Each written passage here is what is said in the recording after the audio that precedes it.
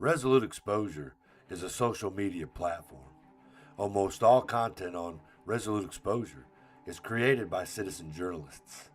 I share content created by citizen journalists who I believe to be the best at finding facts buried deep into the abyss, or outlets who I believe to be best for verifiable information. We have to operate within their system, and we only have the information that they allow us to have. These citizen journalists who nerd out on fact-finding missions and then add their opinion to better inform me to make the best choice for me in this war of narratives is Resolute. This information war is a battle for your mind and ultimately compliance. While mainstream media dismisses social platforms as mere echo chambers for fake news, independent spaces like this prove that shared content and live dialogue actually foster deeper critical thinking.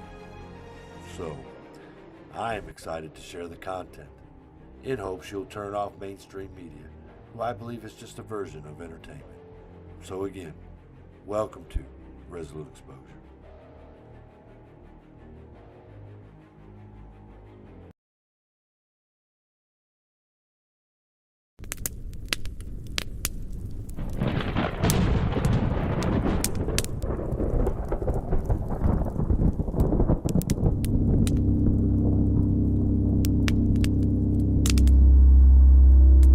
There are many people in the world who really don't understand. Freedom has many difficulties, but we have never had to put a wall up to keep our people in. Freedom is indivisible. And when one man is enslaved, all are not free.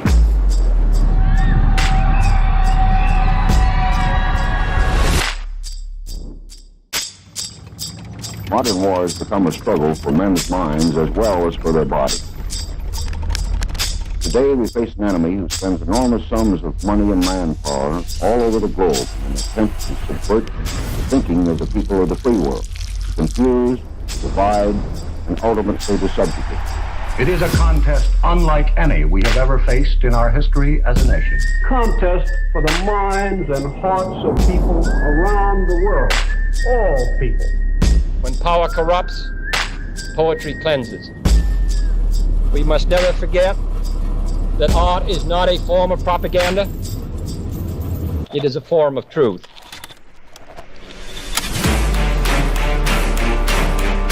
Psychologists find that control of emotion can be gained by understanding the stimulus-response pattern. Many everyday things become associated with these primary stimuli, partly by a process called conditioning.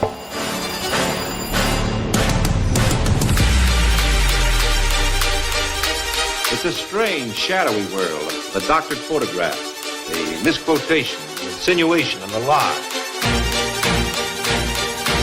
I think of fire in connection with emotion. Cause, effect.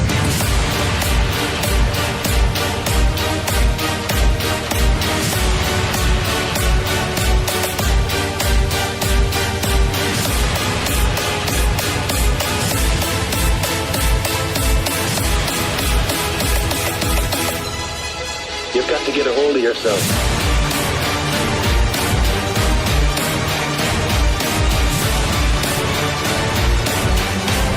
But we have to work together. You have to help. We'll light our country and all who serve it. And the glow from that fire can truly light the world.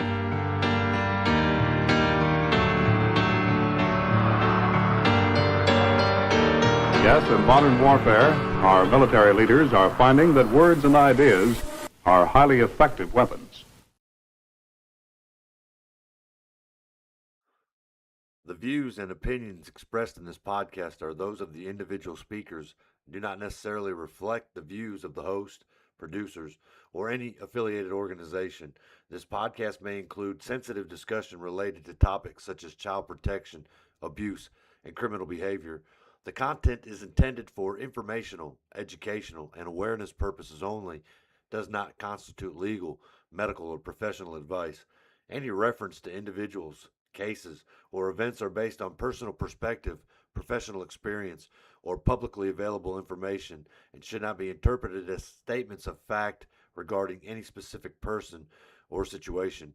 The host, speakers, and producers disclaim any liability for actions taken by listeners based on the content of this podcast. Listeners are encouraged to seek qualified professional guidance for their specific circumstances. Listeners' discretion is advised. All individuals are presumed innocent unless proven guilty in a court of law.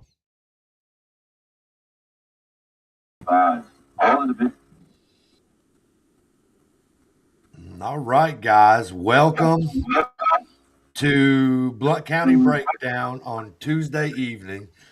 And we got a cast of characters on here, don't we? I see a few on the wanted list. Everybody came out to play. I think we're going to all have to pay attention who's talking here. So, but as I tell you what, let's introduce each other real quick so that we know who we are. We'll start with Alan next. Alan Latham. I go by No Bones because I just shoot it straight and make no bones about it.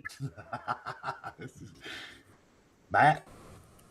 I'm Matt Snow, and I go by Matt Snow. I'm a native Blount Countian of 48 years, and I like what I've been saying out of Resolute Exposure, and they're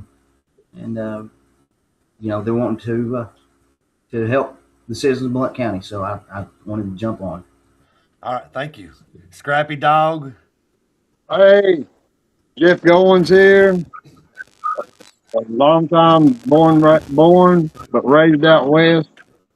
Come back in the 80s, and in the 90s figured out that stuff ain't working out around here, and been arguing, fighting with them since. But you go by Scrappy Dog? Yes, I'm known as Scrappy Dog. Scrappy Dog. And of course, Jason. You want to say hello? Of course, because you're part of the. And then his trusty rifle. Yeah. I don't talk a lot. I'm Jason Brown. I approve this message. He approves this message. That's right. All right, Robert, give a shout out. Hey, it's me. I already know. It's me. And guys, Crystal's not feeling good. That whatever's going on in their family. I guess when I haven't had kids at home in a long time, so it's that back in the day when everybody was home, it seemed like it was about the time one got over it, the next one would get it. It just seemed like he's going through the house round and round. So hopefully we'll get Crystal back on next week and go from there. But anyway, there's a lot going on in Blount County, and I made the statement that come on the show and look, we got two more to the show. We tried to have another one, and technology doesn't always work the way that we need it to. So, and then we're missing Crystal, obviously. So, but anyway, there's a lot of topics going on, ain't there, guys? A lot going on in Blount County right now, for sure. It's a hotbed.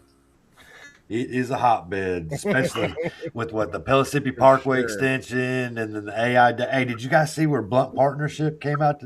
Was that today? And they said, are they trying to get ahead of something here? What's up with that? You guys want to look at it real quick? Let's check it out. I haven't got the internet much today, so I've been researching, and it don't seem like these AI data centers provide any revenue, any profit. No, I said that many times. Could be a thing if they ain't making no money. If they ain't making no money off of it, then I'd say they probably don't want it. Well, that's the thing. I mean, you got to understand your utilities, man. Your utilities are going to eat you up. I mean, your water consumption and your electricity. You know, and like I said, the time you put the pen to paper, you're like, hey, man, we're spending more money in utilities. We're not going to be able to make anything. What's the sense in doing it?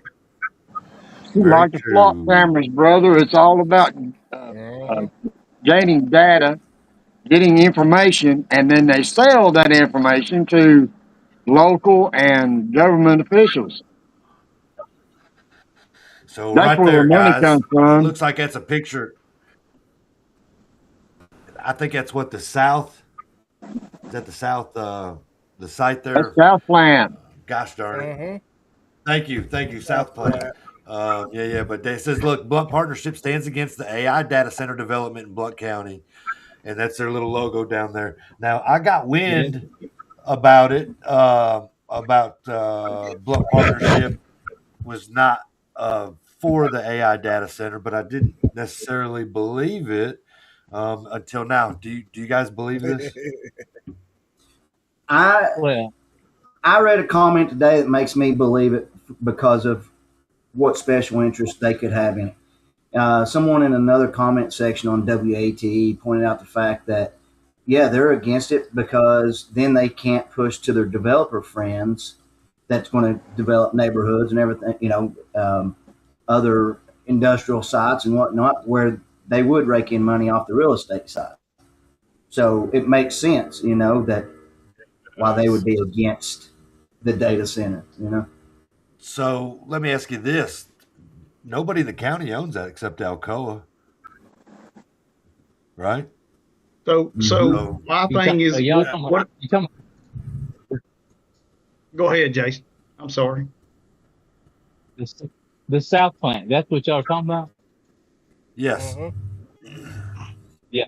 Okay, that ain't got nothing to do with. I got a little info on that one. That ain't got nothing to do with the Blount, the IDB or whatever that one. The what's the name of Alcoa now? Arconic. They own that. Now, if somebody with the data That's what I center, heard, that Arconic owns it. yeah, and if a data center comes and our client wants to sell that part of the plant to them, then it's a done deal. Blount County Commissioners can't stop it. The mayor can't stop it. Nobody can stop it. If Alcoa wants to sell their property to whoever they want to, they're allowed to. That's true. So right here is Kevin's thing right here, Kevin J. McNeil, and he talks about Bill Opplinger, Alcoa, who is the CEO. And it simply says in this article that they're already working with developers. This gentleman is, right? They own the property. Yeah. And then when we go down through here and we look at it, right, it talks about the South Plant has a cheat code because it was once the most power-hungry smelter in the world. The infrastructure is already there. A developer could plug into the existing. And Matt, correct me if I'm wrong, is that kilovolts, 161 kilovolts? Yes. Okay, and 500 kilovolts TVA transmission lines that are already balanced for massive 24/7 industrial loads. And if you go on down the article, it even talks about how it's already piped into the Tennessee Little River for cooling. So if they're out there saying that these type of things, are not in play, this gentleman here doesn't need them. If I'm wrong, somebody correct me. Yeah, and I believe that he also goes on to say there's been several other sites that were smelters that's been converted into data centers already across the United States, I think they have 10 altogether, and what does it say? The one that's like in New York is fixing to start. It's a done deal. Let's see Well, we try to say that it's a done deal. I have no proof that it's a done deal. And I know that the commission meeting the other night was dominated by people voicing their opinion about the AI data center. They all should have been at the Alcoa meeting. You know what I mean? Because that Alcoa is the ones that are going to be dealing with that. And we done seen what they done to the rest of Alcoa. So. Right. Anybody else got an opinion?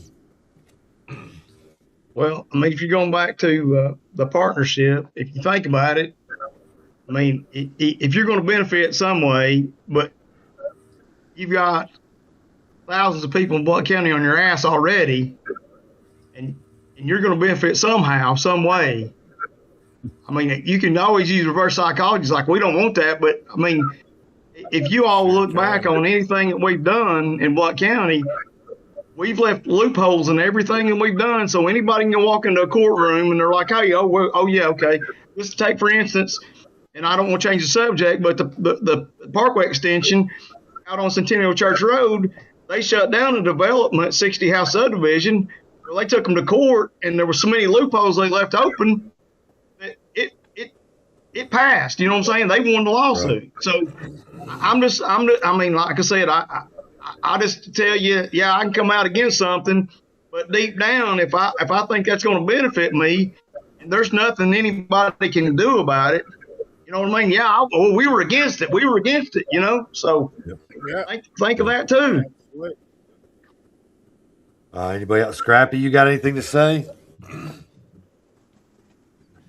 Well, I trust Blount Partnership as far as I could toss Latham there. So, you know, but hey, I carry 45, so short, fat, and slow does the job. You know what I'm saying? But anyway,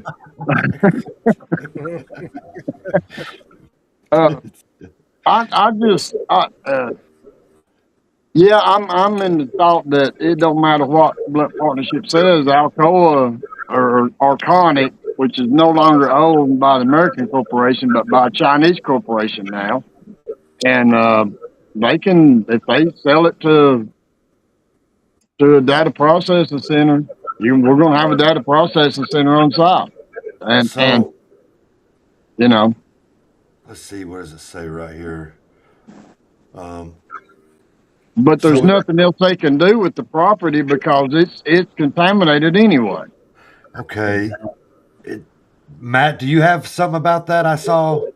Well, the technical side of me, the technical investigative side of me, makes me wish for something like it would be, you know, to Latham's point. If you were to dig enough and find the loopholes, well, you know, is it Arconic's property outright?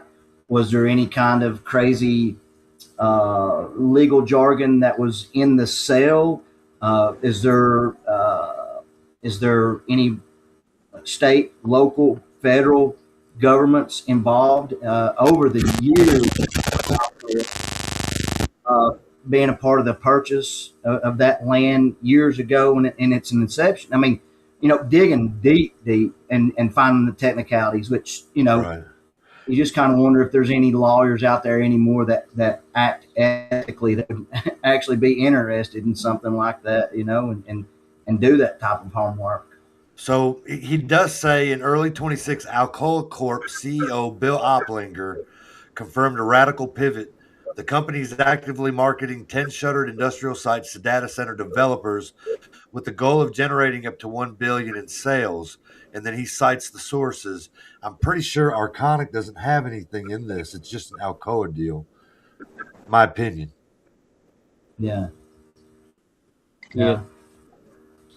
And back to the loopholes on that deal, as already previously discussed, it's a Superfund site. So it makes you wonder if that might be something to stand up against. Be like, hey, you know, we're disturbing this property that's already under government control as a Superfund site. No, there's not going to be any development here. I mean, that's just one way of approach is what right. I'm thinking. You know? Yeah, right. So Frankie says that Blount County can rezone the area. Blount County may not own it, but it's under our zoning regulations. We were probably going to get to that, Frank, Woody, and really it's about a discussion. So we know that there are some things that we should be allowed to control. As a matter of fact, let's see, let me drop this here real quick. I think the state of Tennessee legislation, where's that? That's just it. Yeah, right here. Let me pull this up. Share this tab instead. Right here. Uh-oh. Does everybody see that? New Tennessee law limits how utility improvements for data centers can be paid for. So these things are happening. It's in motion. So we know that. Here's the other thing. Just because it's an Alcoa I think the city of Maryville and Blount County plays a part of where the water comes from, how the electric grid runs, and all that. So it's going to be a collective effort if it happens at all, right? So, but it says the new law in Tennessee is preventing local governments and utility providers for paying for infrastructure improvements for data centers or raising costs on customers because of increased demands from data centers, which makes the South Plant in Blount County and Alcoa perfect because it's already ready. It doesn't have to go through these legal hurdles.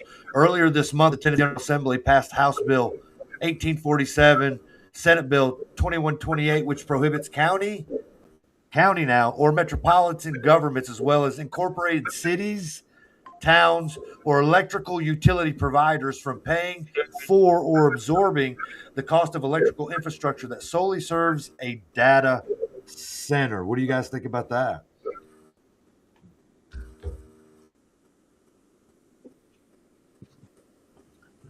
Nobody? Well, from a balloons going off or something, fireworks.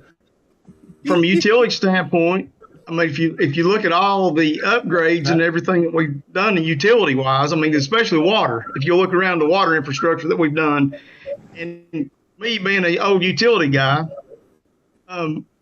we have a shared system with any utility in Blount County. So the city of Maryville can share with South Blount share with Maryville, Alcoa share with, so on and so forth, Tuckaleechee, South Blount. Those are all metered systems. There's a dead end on each line that has a big meter on the end of it that you can share utilities and water. So as far as upgrades, I know in 2000, we upgraded a big part of the water system out where the extension, Pellissippi Parkway's extension was going, just so we would have a loop feed system that we could share with Tuckaleechee or South Blount if they ran short. Since then, South Blount has upgraded their plant, and they come off of Tellico River.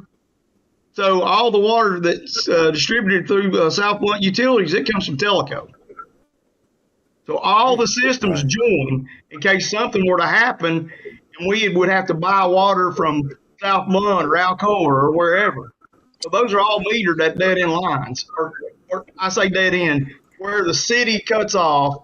There's a meter and a valve where we can turn water on to help other jurisdictions within Blount County. Right. So again, I mean, we moved from asbestos. We moved from AC concrete pipe, which was asbestos concrete pipe. We took all that out of the ground to upgrade to ductile iron mostly. Now I know Tuckaleechee Utility, they just laid a 18-inch water line, supposed water line from Townsend all the way to Flag Branch out Heritage High School. I say Flag Branch. I think that's right. Yes. But that water line goes from under the road there straight to a lift station, which takes all the sewer from Heritage High School, Heritage Middle School. So I'm not so sure that's even a water line. I mean, there again, there's my conspiracy part of it. But like I said, they've got the infrastructure as far as sharing water updated throughout the period, throughout the time process. In the last 20 years, I know.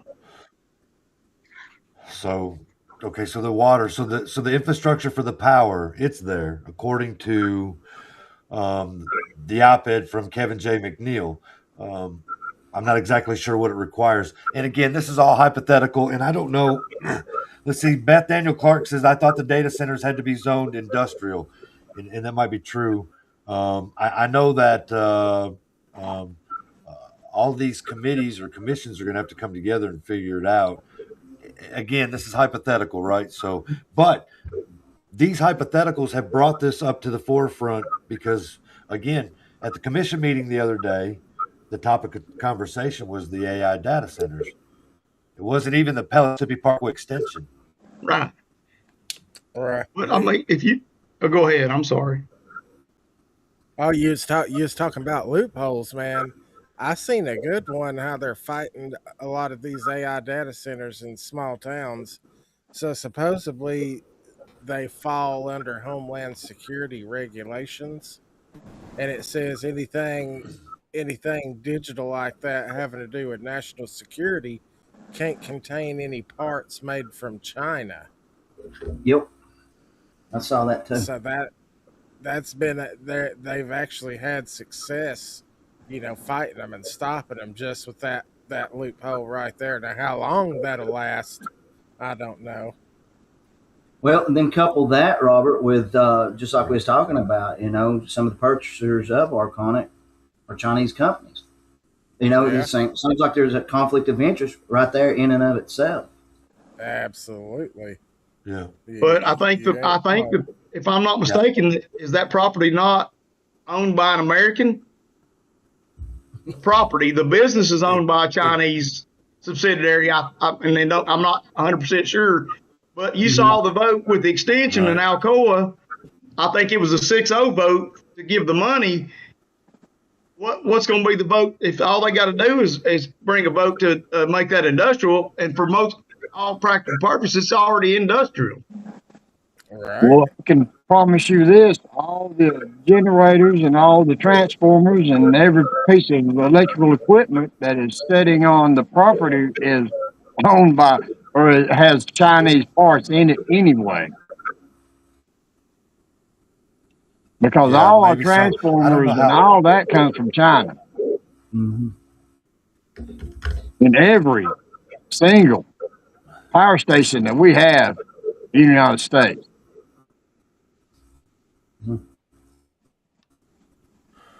It says this new law prohibits utility providers from raising the cost for residential, commercial, or industrial customers because of the increased demand caused by the data center. For anyone who believes an electric utility has violated the law, it also contains a framework for how complaints can be filed.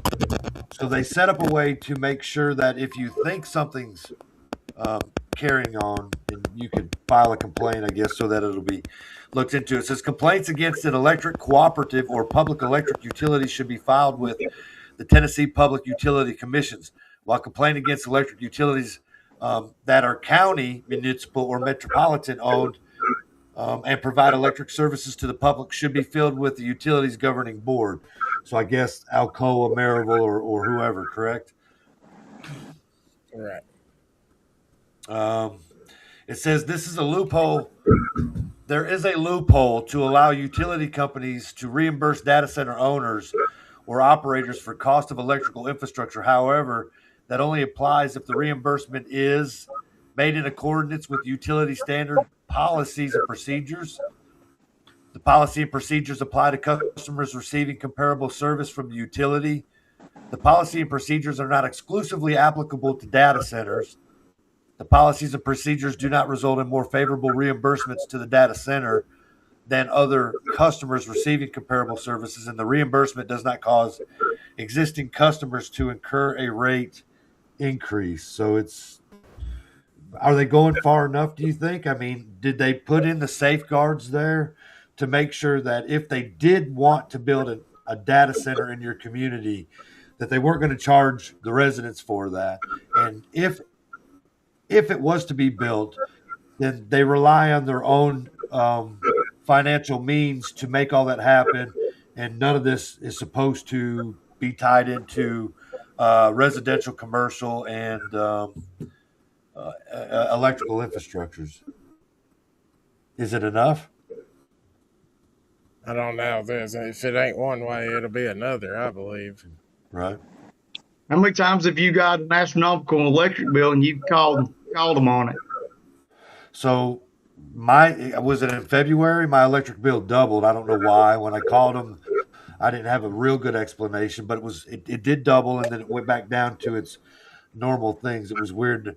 I think the biggest explanation that you probably got across the county would be that we used higher than normal marks maybe in those months due to winter weather or cold or frozen, that type of thing to the area. And they do change the rates, or they do change the rates around at which we're charged per kilowatt hour depending on the seasons. Yeah. Well,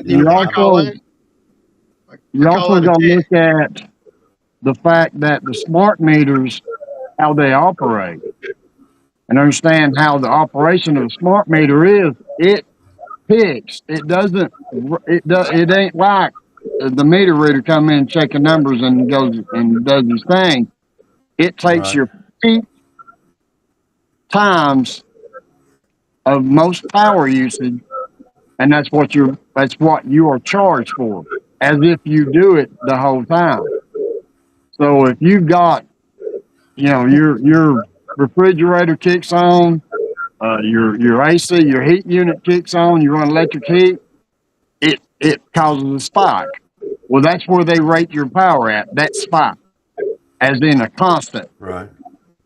Not as it going down when it goes off, but when it comes on. That's what you're charged for. And so, I can tell you, you want to beat it? As simple as nothing more than a surge protector put in your panel box would beat that.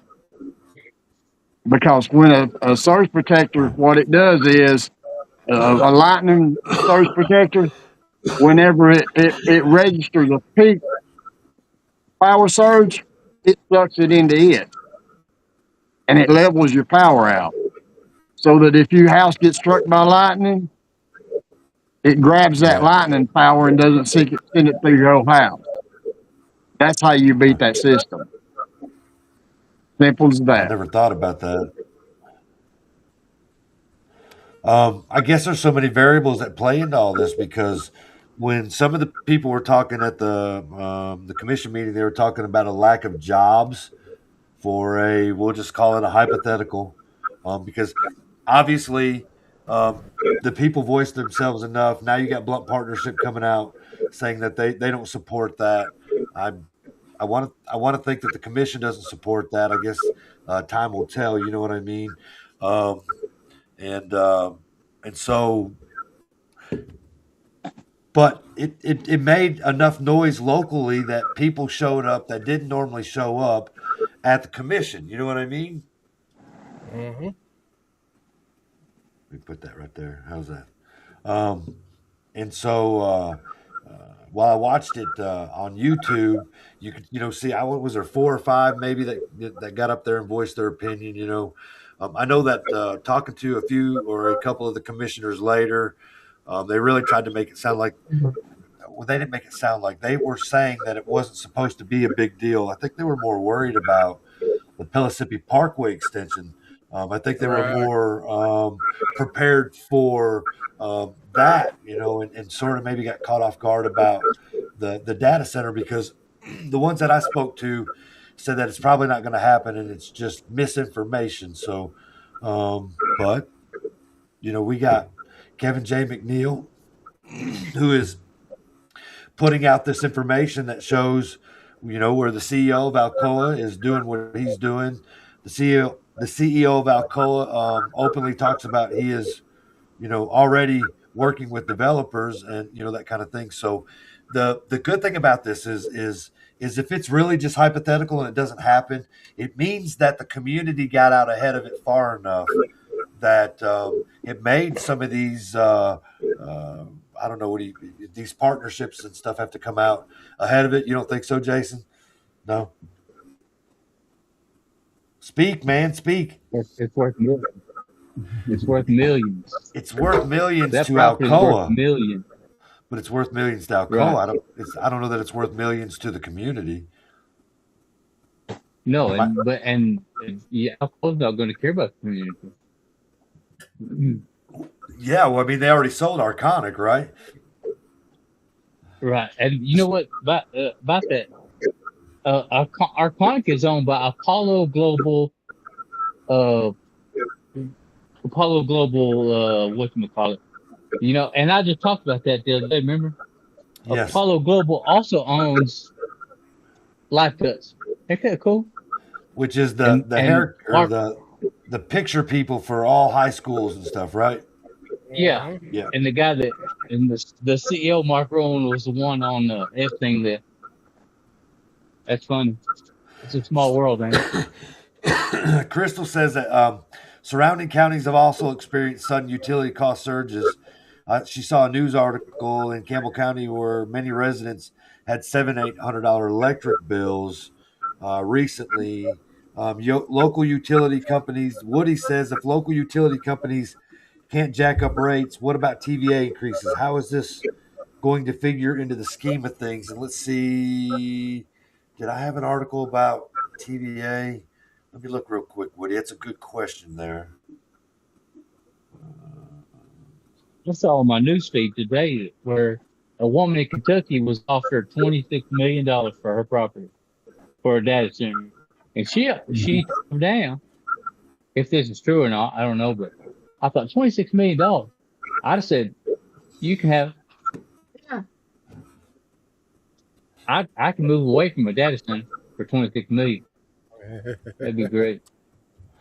That'd be hard. That'd be hard to turn down $26 million. Well, guys, you got to remember one thing. Arconic owns 2 dams. They own one in North Carolina, and they own Chilhowie. That's their power. They go straight from those 2 dams into the plants there. North Plant and the South Plant has access to that same power system. So, and all you older guys who've been here for a while, you remember the big blackout in the late 70s? That was caused by a guy and I know him. I know who he is. I was married to his daughter, who was fell asleep, and they had a big surge come through and blacked out all of Blount County. Huh. Coming through the North Plant. So how many blackouts do you think we're going to have with the data center coming through, overpowering the system that the power coming into Blount County through Chilhowie Dam is going to cause? Yeah, it's inevitable. If this thing comes, the blackouts are inevitable. And that being said, a couple of things there. The human element with that, as far as if you put this data center right there at the South Plant, look at the dense population that's around, and then on top of that, the Alcoa school system that's just around the corner, and everything. These things are loud. They carry vibrations through the ground nonstop, and There's a lot of things that are going to fall into play if this comes into. I mean, it's basically dropping a. This is just an analogy, but you might as well just drop an atomic bomb in the middle of Alcoa, because it's going to have a profound effect on that little dense population in the Alcoa community. It's going to be profound. But something else. It'll be right across the street from. Go ahead. No, go ahead. You go ahead. I was going to say it's right across the street from the new pub brewery. Yeah, Black Horse. Well, in addition to that, there again, 48 years here, and I've only ever heard people of Alcoa complain constantly about the noise of the airport. Well, so now a data center? Yeah. You think an airport's loud? I heard. I read it was like. Go ahead, Robert. I read that they were like standing next to a helicopter run, or just sitting there idling. Yeah. I posted a video of one not too long ago, and it's like an airplane at full throttle, just never stops. Yeah, really. And that same flat, no pitch, no dip, it's just flat. Yeah. And I know it sounds weird, but that has effects on human bodies. Vibrations have a profound effect, especially people with musculoskeletal disorders. Okay, you got your mental and physical attributes that will be affected by something humming all the time. I mean, if you're sitting somewhere and you find a noise and it's annoying, man, there's only so long you can take it, you know? Absolutely. I mean, that's like somebody sitting there chewing bubble gum, popping bubbles. Man, I can listen to it for a minute. When you keep on, you get over it after a while, you know? Imagine sitting over there in the new high school, or in some of these new offices that have come in, in hotels and everything else. And you're sitting there and you have to listen to that all day. You're stuck in that position for 8 hours. But then you might be one of those neighbors that works at one of those close jobs, but then you live in the Springbrook community, on that side of the Springbrook community. And then you go home and listen to it for the rest of the day, for the rest of your days, until you move out of that community. You know, these noises, man, they can make you flip. I mean, they can make you flip, really. I mean, some things can to a mental capacity, though. Sometimes there's only so much a person can take, and I'm not saying anything bad, but going back to Williams talking about the power grid. I mean, what about all these solar farms we're putting in? You know, that'll take care of those blackouts. So you got ahead of me, Alan. I was going to bring that up. Yeah. Well, and back to the dams real quick. So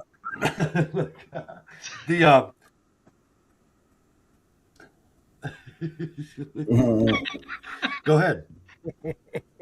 Go ahead, Matt. Okay. Sorry. Back, the dams were mentioned by a couple of you. And, there again, it starts to get real technical and complex real quick with the entities at play here. So Alcoa owns those 2 dams, correct? But the name of the company has just escaped me. The ones that operate starts with a B, not Brownwater, not Bridgewater. Anybody know what I'm talking about? Blackwater. No. Anyways, we'll go with Blackwater for now. Whenever they need their demands, because they're producing a product too, or they wouldn't have bought, they wouldn't be operating at those dams. They wouldn't have bought in from Alcoa.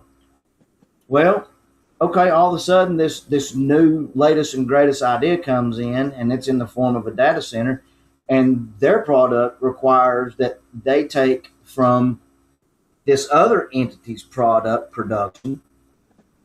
Well, okay, now we got an upheaval amongst our multi-industries that make up our communities. That so you got to wonder if those involved at these different entities are also in this wrestling match as far as in support of or against this data center, because to me it sounds like it's going to create a fight between multiple entities and industries that our region has depended upon, well, since TVA came in and created all of it, The thing is, TVA did not create those dams. Those dams were built and created by Alcoa in the 20s and the 30s. So TVA had nothing to do with those. TVA got put in whenever they built Tellico and Louisville Dam, or Leno City Dam. That's TVA dams. That's not those 2 dams up above Chilhowie and Pigeon River over in North Carolina are not a part of TVA.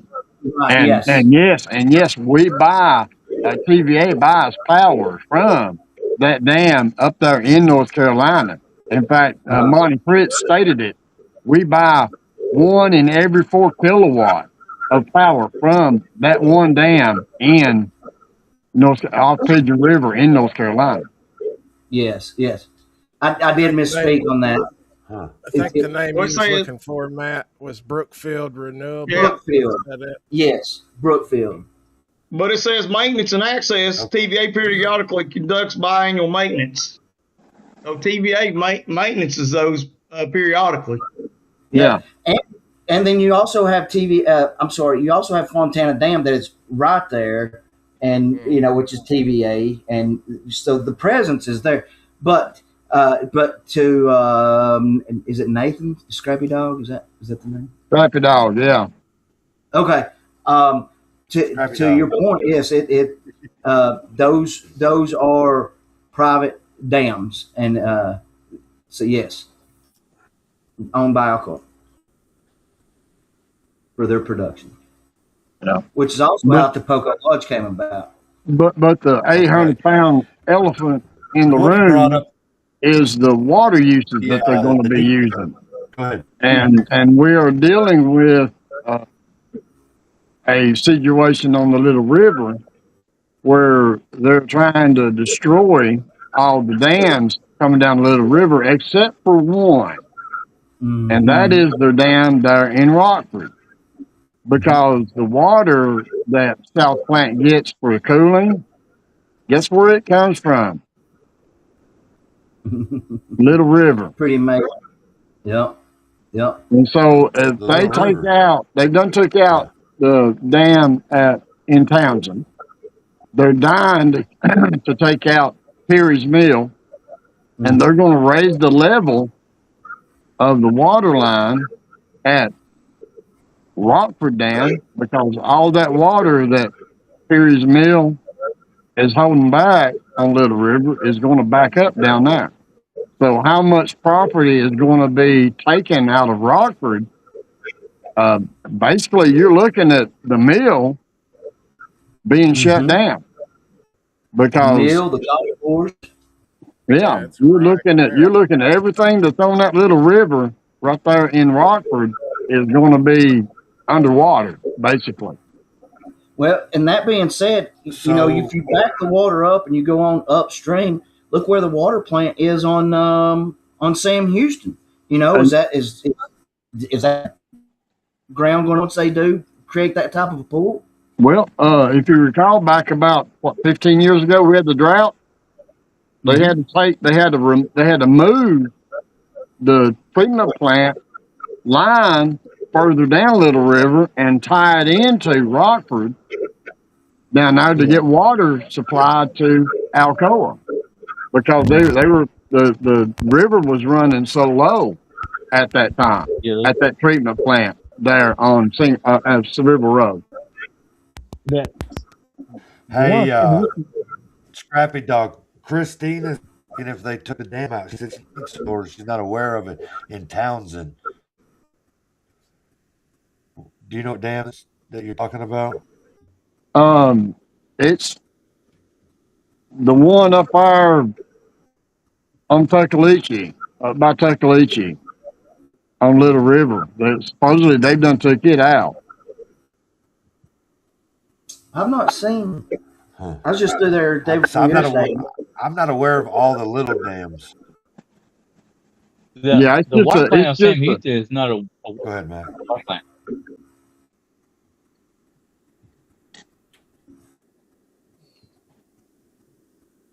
But I may be mistaken. But I was thinking that someone made the statement that they've done took out the Townsend, the little dam in Townsend. But they wanting, and then that's when they started making plans to take out Perry's Mill.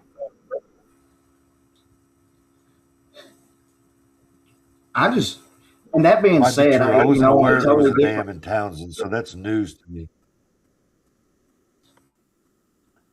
Go ahead, Matt. Yeah, there's one up there behind a campground in Townsend. I can't remember the name of the campground. It's a small campground. Across from Tally Ho. It's before you get to it. I can't remember, like I said, the name of the campground. Riverstone or something. But yeah, I just can't help but to think what if they do take those dams out. It's very cyclic. Every other year, the water is really low coming through the mountains. They take those dams out, and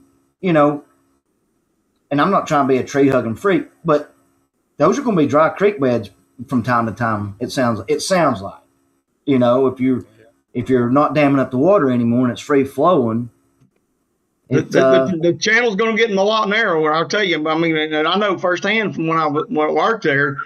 I mean, honestly, the most of the job that consisted of a Townsend police officer was throwing a rope out to tubers in the river and unlocking cars. I mean, that's just and when it dried up, it was very, very small, narrow, and I can promise you, if the dams are taken out, it's going to be a lot more, Yeah, and that's where I'm like, okay, Friends of the Smokies, the National Park Service, where are they on this? I mean, I know, I'm sorry, I'm kind of getting off point, but it all feeds into this.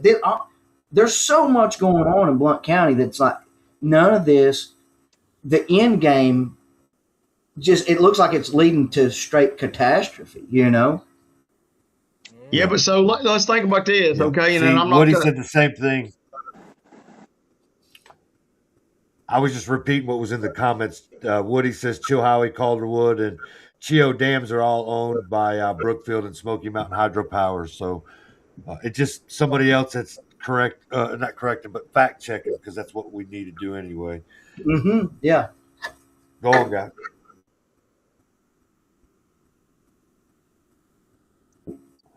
So I didn't realize how the dams played a role in all of that.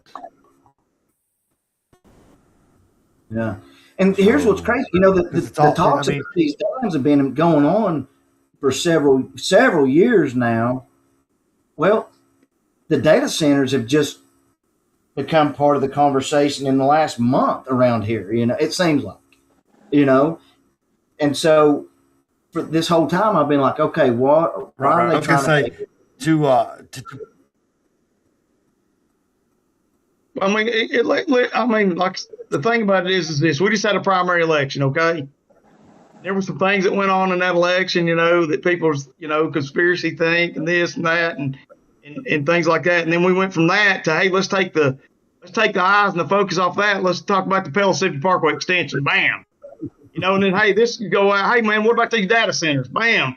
Everybody's not focused on what happened in the primary. We're talking about the extension. And then now the extension went, oh, man, we got to get our minds off that. What about these data centers? So what's coming next? You know what I mean? Yeah, I mean, it's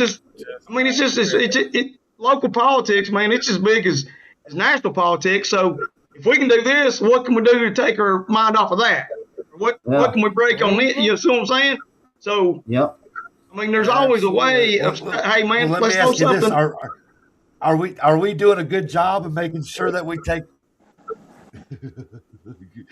I said, are we doing a good job of taking the minds off of everything that was going on because we're talking about the AI data center? Well, I mean, but that's what is hitting right now. You know what I'm saying? So if you think about it, yes, yep. Go ahead. We're less than a month away from the primary election. You know what I mean? And you're like, okay, so there were some things that went on there that everybody was looking at, and they're like, hey, man, we need to talk about this and think about you know what I'm saying? And then that goes away, and then oh man, we got to find something. So then they throw the Pellissippi Parkway extension in there. And then Maryville and Alcoa, they've already voted on it. Now we're waiting on Blount County. So Maryville and Alcoa already got their money. They're ready to go, full bore. Yeah. Oh, and then, shit! We better throw something. What? I mean, we're in the spotlight now. Now they take everything off Maryville because of their vote, and everything's back on Alcoa now. Yeah. Well, and that being said, then you start talking about the movers and shakers. Look at the money that's being pumped in to that whole Hunt Road development and the airport, turning it into an international airport, and this is going to be a business hub and everything else. But going forward, if these data centers come in, going forward, you fly in, you're a business person, you fly in and you get your hotel room right there, and you can take you a nice little nightly walk, 0.3 of a mile over to the data center that's vibrating your hotel room. Exactly. Hey guys, let me ask you this. So these things are going to, this technology, this is going to happen. It's going to happen all across the world, right? I mean, it's and you got countries that are or that are vying for trying to be the arbiter of all things AI and data center and this, that, and the other. So if it's going to happen, why should not the United States be the one leading that industry? And if we go by that philosophy, then that means we're going to have these data centers in places that that are not comfortable for residents. What are your thoughts on that? It all falls down to ICBD. It all falls down to digital banking. It all falls down to control. We got flock cameras. How many flock cameras we got in Blount County at intersections that's recording anything and everything you do going down the road? Not looking into, and some of them are now even looking into the road. They're looking into the subdivisions. They're looking into the Foothills Mall, Walmart parking lots, Home Depot, Lowe's parking lots. It's recording everything and anything you do on a daily, secondly basis. And they need a place that can sit down and go through all that information and turn around and sell that information to entities like Blount County Sheriff's Department, entities like your tax collectors, entities like anyone that needs this information to be able to control you, what you do, and make you basically a part of the system, like it or not. Back to the question though. Back to the question though. What do you guys think about if it's going to happen? We know it's going to happen globally. Then should the United States be the one that, on the global side of things, looking at it strategically, China's of course known for their surveillance and data collection and everything else, and of course we're in this race with them. It's another one of those races where we gotta beat them. I mean, and if our data centers can help pull information from China that prevents their progression in this race, then there's absolutely pros and cons to it. It's a necessary evil, but God Almighty at the cost, And I don't mean monetary, Not according to the United States Constitution. It is not a necessary evil. It is a violation of our privacy. It's a violation of our freedom of travel. It's a violation of every single right that we have in this country by these data centers, by this idea. It's on China. Sorry for my French, but I don't care what China does. China can do what they want to their people. But my government does not have the power, because my government is me. I am the government of this country. We are the government of this country. Those people in Washington, D.C., those people in Nashville, they follow what we say, not what China says, not what China's doing. We don't care. Send it up your ass. That's what you can do with it. I'll get behind that. You got to realize that with everything that you said there, it's all true. That these things are going to go forward anyway. So if it's going to happen, my opinion is if China and Russia are going to be the ones leading in this, and because we're falling by the wayside, I don't agree with that. So at some point, if we're going to be involved in this AI technology, the data center, all of this global trading through fiber optics and waves and everything else, then I'm of the opinion that I want our country to lead it, and hopefully by us leading this, that we do it the most respectful. And I know it's all hopeful, wishful thinking, right?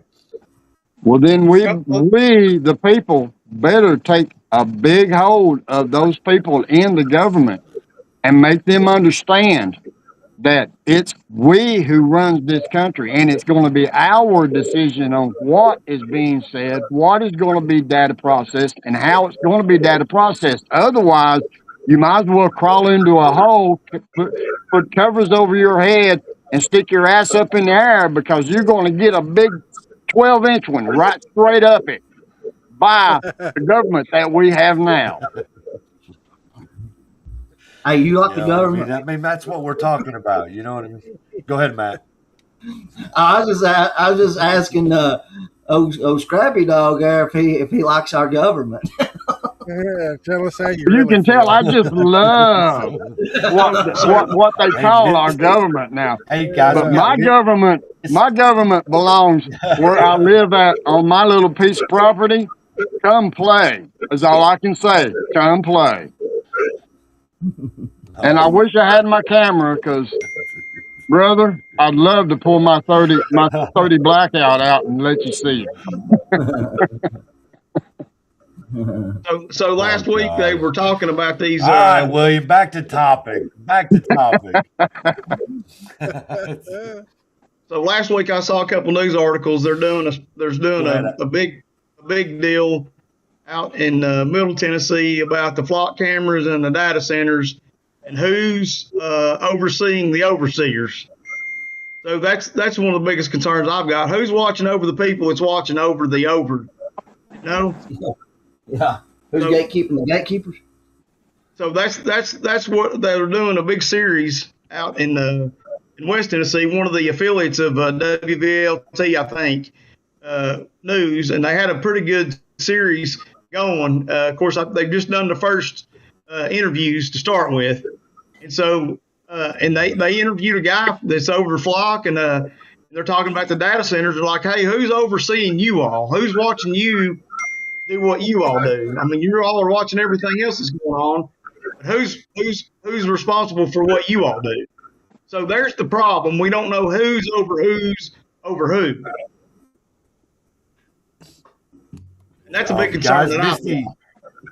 Misty Dawn Davis is in the comments, and she said the days of private negotiations, backroom discussions, and decisions being made without the knowledge of the full county commission, only for commissioners to later be handed a bill and expected to approve funding, are coming to an end, she says. Well, that's good. Yeah. Okay. That's good. Yeah. We just need more like her in.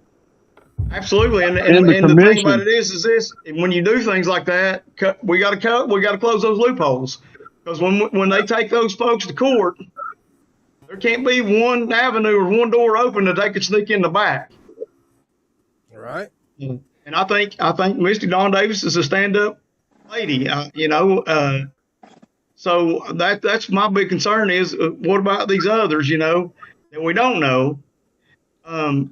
What about the loopholes in these resolutions and things that they put forth?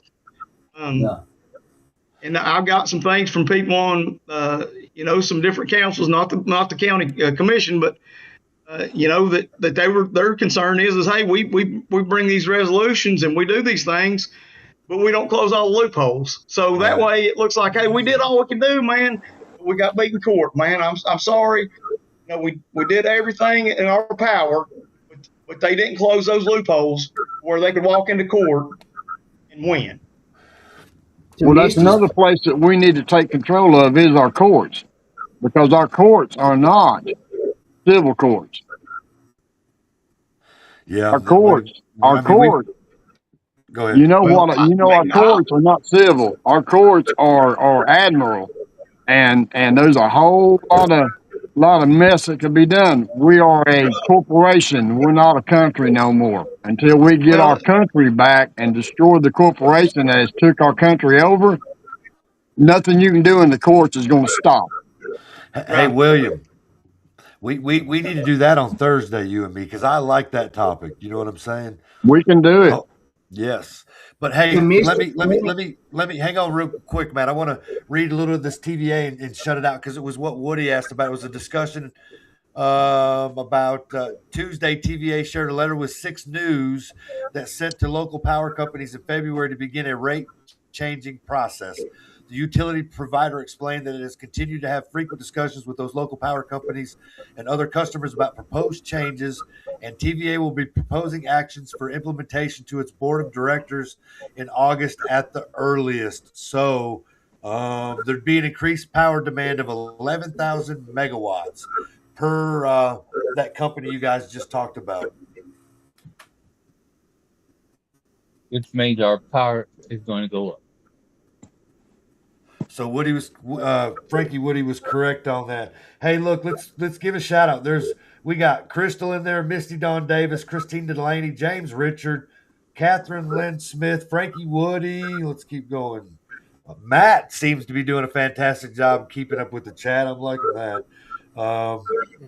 But guys, there's a wealth of knowledge in the chat, as well as all of this that we're talking about. So I wanted to turn the loophole discussion into the PPE thing and the what are those called? The solar farms, because if you go down the road towards, I guess, where the extension's coming through, there's a solar farm there. Is that the hell is that 411? Spearville Highway, yeah.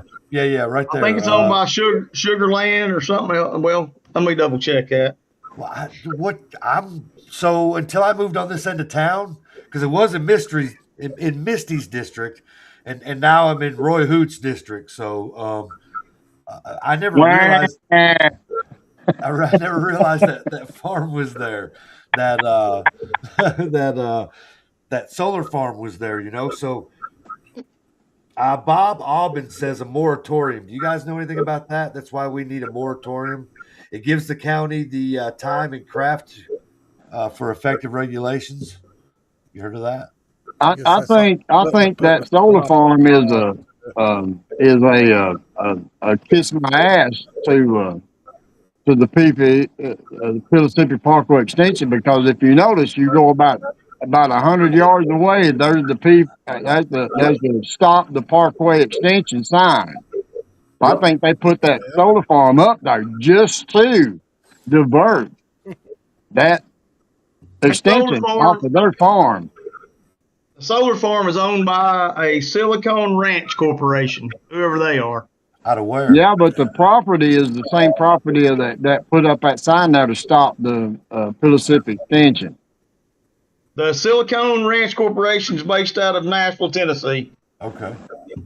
And it's 125.95 acres where the solar farm's at. Are you kidding me? Ooh. And that's exactly where the Mississippi extension was supposed to be coming through Seville Road. It still is.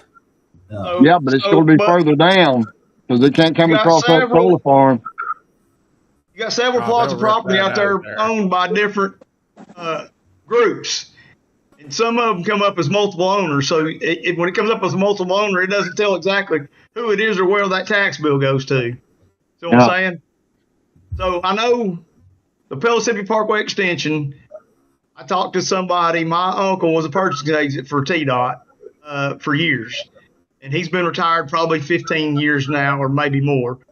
But all the property up to Wildwood Road, if you'll look at it and click on it, you can't find an owner. It just says about this property, which means that's already right of way from the end of Mississippi Extension now all the way to Wildwood Road. Yep. So that property, and he told me that property was purchased years ago. Right. Right away. I heard the same thing, Alan. Yep. Let me throw this out. I know that for a fact. You're talking about the Wildwood Road section of that? That farm right there. That farm right there is Huff Farm. And Leroy Huff, who was a politician years ago, he's the one that, him and his family were the ones that ran that farm. Right. So you just kind of wonder if that's how that all came about, So the property there that the industrial board, IDB, I think, is the Alcoa owns that little industrial park across from where the extension stops now. Okay? If you click on that to look that property up, it doesn't give an owner. It just says about this property. It says about this location. So anything that I click on owned by the state of Tennessee, it comes up about this location. It doesn't give an owner. It doesn't tell how many acres it is. It just gives you coordinates. Oh. So There's no telling how many acres they've already purchased because I didn't get into that with him. We're doing family things, and I didn't want to. He lives in Knoxville, so it doesn't really affect him per se like it does us. He was just doing his job at the time. Of course, it was a done deal until the environmental impact study lawsuit was presented. Mm-hmm. Now, since then, some of those properties have been owned or bought by multiple people. So my question is this. If you're in fact going to do this, the person that's a single owner of property, are they going to get the same money as the group that went in and invested in this property? Or are they going to be eminent domain? Or, you know what I'm saying? When they don't want to sell their property, they say, okay, we're just going to take it and we're going to give you pennies on the dollar. Are we just going to, these investors, they get more money, they get bigger checks because they're a group and they had insight into what was coming? See? Fair market value. Yeah, are we gonna be fair with those single individual owners as we are with a group? Right. Because I doubt it. if you've got a group of people, you probably got a group of lawyers. Probably. And if you're like me, you don't have anybody on retainer. You know what I'm saying? Yeah. So when you come into that, and then you go to the solar farm with that 125.95 acres they own. The Silicon Ranch Corporation out of Nashville, are they going to get big money for their part?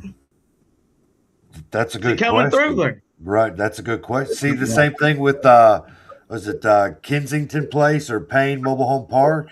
Yes. It comes right through there, like on the edge of it. How much of it comes over, I'm not sure. And we talked about it before that they put a bunch of new Clayton mobile homes on the other side of that. They paved it. That was that 60-acre subdivision that they put a stop to. And there was a loophole. They went to court and they're like, oh, no, you can't stop them doing that. So, bam, there you go. See, that's why I'm talking about closing loopholes. If you're going to do that, that property was undeveloped. It was in a hole, pretty much. I know because we relayed that water line in anticipation for this Pellissippi Parkway extension in 2001. Right. We relayed a 18-inch water line through the backside of Kensington Mobile Home Park, just in anticipation for a loop feed system when the extension was coming through. Man, that's interesting, Alan, that you say that. What year when that happened? That was in 2001, because Y2K was a big deal, so everything was supposed to shut down. So it was 2001 when we relayed that water line, and it was only supposed to take 2 or 3 of the trailers on the backside. Now they're talking about it's supposed to take more than that. So I don't know what transpired other than the fact the bottom end of that property is swamp. So if they did that in 2001 in anticipation, that line continues to run towards Townsend in anticipation, does it not? Yes. So what we did was when we did that, we went to Gamble Lane, which is a subdivision across from Heritage High School. All their septic systems were failing. So we bored a casing under the road, ran a force main, which is a pump sewer system, from that pump station, lift station, right at Heritage High School. As soon as you turn in the gate and get through the main gate, if you'll look to your right, that's what they call a lift station. That picks up all your sewer from Blount County, Heritage, Heritage Middle School, subdivisions back there on River Ford. They all go there, and all that sewer goes from there all the way to Wheeler Road, which is out in Rock. Right. Where Guaney Farms Golf Course is. Everything in Blount County goes from there to that wastewater treatment plant. Interesting. Crystal Mizell says PPE isn't going to be completed in our lifetime. She'd bet money on it. Look, I think that there's enough people talking about it. It might slow things down, and there may be some truth in that. I think ultimately it may come through, but all these anticipations that you're talking about. You got the new Walmart right there. Them walls are almost up and going. You got, that's supposed to be an interchange that comes out there on 321. It's going to have something to do with that is that a garbage service that they put in over there now? They cleaned all those cars up across from. Yeah, heat and garbage service. Yeah. So it's going to take some of that, eventually, that kind of thing. And so they've got a food truck down there. And if you ain't been by there, go check it out. Grooms, Dylan Grooms, I think's the guy's name. He's a cook. I'm gonna give a shout out. So, get a chance, they got a food truck down there on that property. Check him out. He's trying to make a living. Got pretty good food too. Yeah, pretty good. I've known Dylan since he was 15. Yeah, he's a cook now. I'm telling you. But anyway, so that property right there, that Parkway extension was supposed to come out on the back side of that. Now, with the trailer parking things, if they came out where they're supposed to, it was going to take, I think it's Morningstar Baptist Church. And they was going to do a loop in right there to get back on 321. So it's actually up a little bit from where that, I guess, auto repair shop used to be. Opie's, I think, was the name of it. Yeah. But that was all supposed to drop in because there's a lady, Judy Hill, okay? I'm going to tell you right now, if you can sit down with her and talk to her, she's got every news article, everything that's ever been put out about Pellissippi Parkway Extension, and anything that's ever happened in Blount County, she's got the news articles for it. She's been to every meeting on the Pellissippi Parkway Extension. She knew the exact route and all the property that was going to be taken at the time. Of course, like I said, things have changed because it was supposed to come out on the east side of Kensington Mobile Home Park, and there was only going to be like 3 trailers affected. So in anticipation for that, when Kensington was sold to that corporation, they added to where we extended that water line. They had a bunch of vacant lots, and they've since upgraded and bought all new mobile homes and sell or rent those to people. I mean, they've done a lot of work in there. So for me, I don't see them going through a brand new part where it's going to cost more money, if that makes sense. So anticipation is they're going to take those trailers that have been there for 40 plus years, and I don't know how many that'll be. But that would be the most common sense route if that were to happen. So when I was house hunting, they took me to the Claytons for the already set up ready places, those trailers over there to purchase. And I didn't want no part in it because it was extremely expensive. You know what I mean? So I went a different direction, but it never dawned on me that was coming through there. Misty says that the PP isn't a county project. It has no start or finish date. So why throw county tax dollars at it at all? Right. Well, I mean, she's got a point. Right. I mean, the thing about this is the state was purchasing all the property prior to without the benefit or any help from the county or the cities of Alcoa or Maryville. So why would we throw any money at something that nobody wants, So I graduated in 92 from Heritage, and I heard about those rumors then. Right. You know what I mean? And then once the 2000s came in, then you started seeing this thing rolling along a little bit. You know what I'm saying? So, well, I mean, it was a done deal until, like I said, they were sued with the environmental impact study. Right. That study's been done several years. So, let me ask you guys this: what do you think? Are you for it or are you against it? And you don't have to answer if you don't want to, because I'm not exactly sure how to feel about it. You know what I'm saying? My whole life, I didn't want it. You know what I mean? And so, if you're only impacting 25% of the traffic, according to their study, if you're only taking 25% of your traffic out of Maryville, Alcoa, and Blount County, what's the sense in throwing $40 million at something? And that's only for a little while, because that's what I'm saying. Shows after a few years, it's right back to where it was. Exactly. So I mean, I know people have called for traffic studies. I mean, if you go downtown Maryville on Thursday at 12:30, I mean, that's all the study you need. It's bumper to bumper all the way over the viaduct on Washington Street. But if I'm being honest, where I live now, if that thing was completed it gets me to work probably 10 minutes faster. Well, probably faster than that. Listen at this on buying that Kensington place, and just in general buying properties with inside information, knowing that you're going to catch it on, you're going to make profit on the front end and on the back end. Correct. The tactic, an individual or hostile investor uses non-public information or simply anticipates a company's move to buy a significant controlling block of shares in a target company. It's called greenmailing. Case in point, like it's coming in, knowing that is going to come through there. They set up shop in Kensington.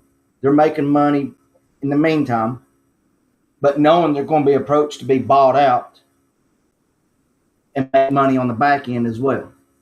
There was something similar done with Pine Lakes too, wasn't they? Yeah. Same thing. Yeah. So Crystal Mizell says, didn't Clayton's buy Kensington? I think it's owned by Kensington Mobile Home Park is owned by Stonetown Kensington Place LLC.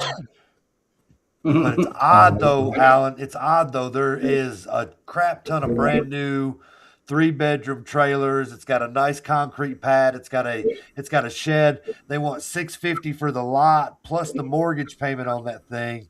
And they bought over 30-something trailer parks or mobile home communities. Say trailer parks, mobile home communities, over 30-something over the state of throughout the state of Tennessee, and that property was bought, and it's 43.85 acres. Right. Wow. Like I said, to the effect of it, the property beside it is owned by Sugarland Creek LLC. It's 63.46 acres. Right. Okay. So when you get an LLC and a group of owners, like I said, are they going to be treated the same as an individual owner? Are they getting the same money? Are they get more? When you got more people, obviously you expect more money. Right. So this Stonetown Kensington is owned by Stonetown Capital, which is a Denver-based real estate private equity firm. Out of Colorado, Denver, Colorado. Yep. Their tax bill goes to 720 South Colorado Boulevard, Suite 150, North Glendale, Colorado.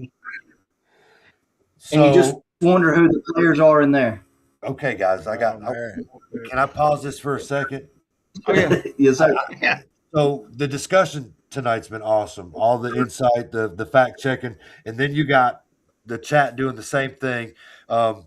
Woody came back and said there has been no dams taken down through towns and all that, which basically is what Christina Delaney also said. Now you got Misty and Crystal in there. You got Bob Aubin in there. And they're talking to each other at the same time. Misty says the Alcoa South plant will be on July's agenda. She's a no vote. Crystal's fact checking us to make sure that Clayton's doesn't own that. It's exactly what we want. This is exactly what I was hoping that a show like this would turn into. Right. Because the dialogue, the information, and all of that. Yeah. Go, Jason. Hey, guys, I got to get a drink. I'll be right back. It says the Kensington Place was built and is currently operated as part of the Clayton Homes Network. I don't doubt that. And getting all those old homes on the backside, they're not going to be able to move those old homes to the new side. They're going to have to get new homes, right? And just so happens that Clayton will be like, well, I got you covered. We can just put you right in there. I sell homes all the time. Yeah. So what they've been doing out there, because I went out there and did a couple bids, is all the older homes they've been demolishing already, and then bringing in new. Okay. So if they get somebody that's indigent, can't pay their bills or whatever, like, hey man, sorry about your luck, we're taking your house. So all the older homes they're taking out. Of course, it's investment. You know what I mean? I mean, it's if it's $650 a lot and $800 a month for your payment. You see what I'm saying? So they're taking all the older homes out. I I know at the time there was like 8 or 10 on the chopping block that I went and looked at to bid to take out. And that was demolished, haul off, remove the frames. So just looking at the map, the backside of Mistletoe, Teaberry, Hepatica, none of that has been developed. It's all been on the other side. Silver Bell, Dewberry, Perry Payton. In that area, they're doing all the development, which leads me to believe they're anticipating selling a big chunk of that property right away for that to come in on the east side, just because it's underdeveloped so far. We lost Scrappy Dog, didn't we? I'm still here. Is that him right here? His phone died, probably. No, hang on. There he is. Nope, I'm still here. There you are. I got you back, buddy. I see you now. So The friggin' phone calls coming in drive me damn crazy. But I sold my property on Dewberry in 2014. Thank God I did. Or sold my trailer on Dewberry in 2014. Yeah, but see what the way they're talking is Dewberry. Dewberry is the one that they're taking the older homes out and putting newer homes in. Oh yeah, and I got a good price for my home because they wouldn't give me what I got for my home in 2014. Now, I guarantee you. In 2019, it's just like they did. Go ahead. Just like they did on those people there of Knox Pike, right behind Richie Cream Donuts, and that trailer park there, where they come in, bought the property up, and told them, move your trailers or get out, and we'll take care of them. And they've got all those trailers that they made those people move out of because they couldn't afford to have them moved. They've got them lined up. If you turn on the Eagleton Road there off of Old Knox behind Richie Cream, you'll see all them old trailers lined up where they moved them and put them in a place. I just saw lined that up over there where they're remodeling them to put them back on that lot and sell them to somebody else. I just saw that the other day. It looked all different to me over there. Yeah.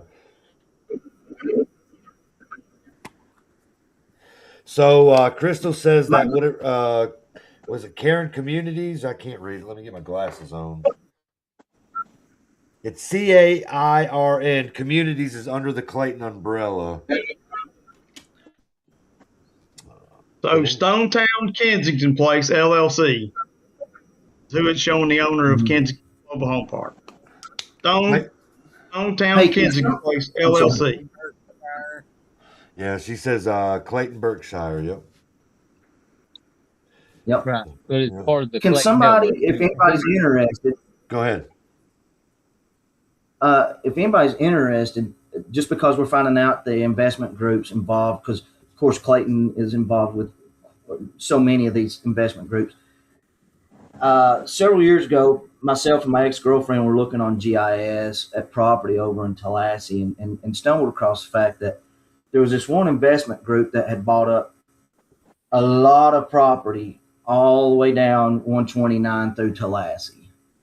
Turns out it was Clayton's, but I cannot remember the name of their investment group. And I say it because there again, they know that something is coming. Right. But we also know that they're trying to make the closed loop and make their own little town that's going to kind of separate away from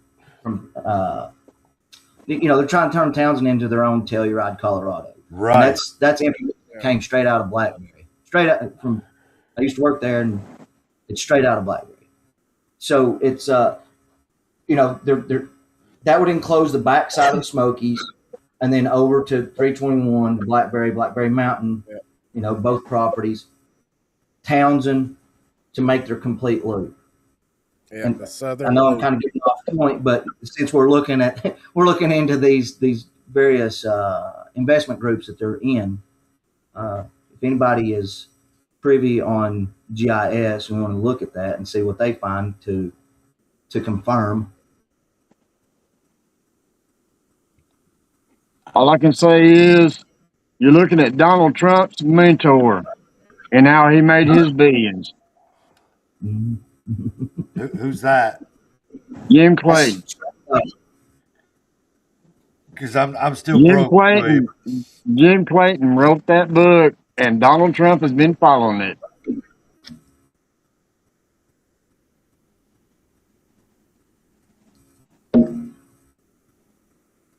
Man, the chat's going crazy. Everybody, that's cool.